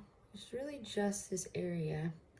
Now to make sure it's built up with everything else, I'm gonna feather it on this edge. Just so you don't have a really thick, clean, crisp line that's built up like a millimeter higher than the surrounding. Yeah, so we're just gonna be very gentle. I'm gonna spend some time building up these areas. And if you notice, you can see a line. So I had to cover about 2 millimeters. I was just off. You know, that happens. Be very gentle. Sometimes just dab it in. Like that. So if you notice, you can, if you were looking really closely, you could see that underline of color. Best way to do it is put a big glob of latex right there. And just feather it out. And it might take several layers, but you can hide that. Like it, you can, with latex, it's just, you know, be patient. It helps to have a USB fan around. I'm just gonna say that, you know, otherwise, you know, there's just a lot of waiting time. That's the same with any sort of, you know, traditional painting, is you don't want to press. Like if this is wet, all I'm gonna be doing right now is just shuffling wet paint on top of itself. So I'm just gonna blend it out. Clean my brush. I'm gonna put some thick coat. Sometimes if I really want to make an area thick, you can just take a big glob like this on your brush and just dab it like that. And then I'll feather it out. If I've already feathered out what's around it, I don't usually have to feather. Latex will luckily start to like spread and it'll even out. So this is pretty thick. So what I'm gonna do is rotate this. Sometimes I'll put like a little towel, like so. And I'm just gonna let this sit for however long it takes to dry and see how it works. And then that's really, it's just really slow. Be patient. You can make this look as clean as you want just by taking a little slow during this final stage. And when I come back, this hood will be finished. Hey, so yeah, as Jai sort of left off, she's completed this hood, and it's absolutely gorgeous and stunning. I'm sure that your hood has come out gorgeous and stunning as well. One thing that I'd like to sort of leave you all with is the way that I put on these hoods.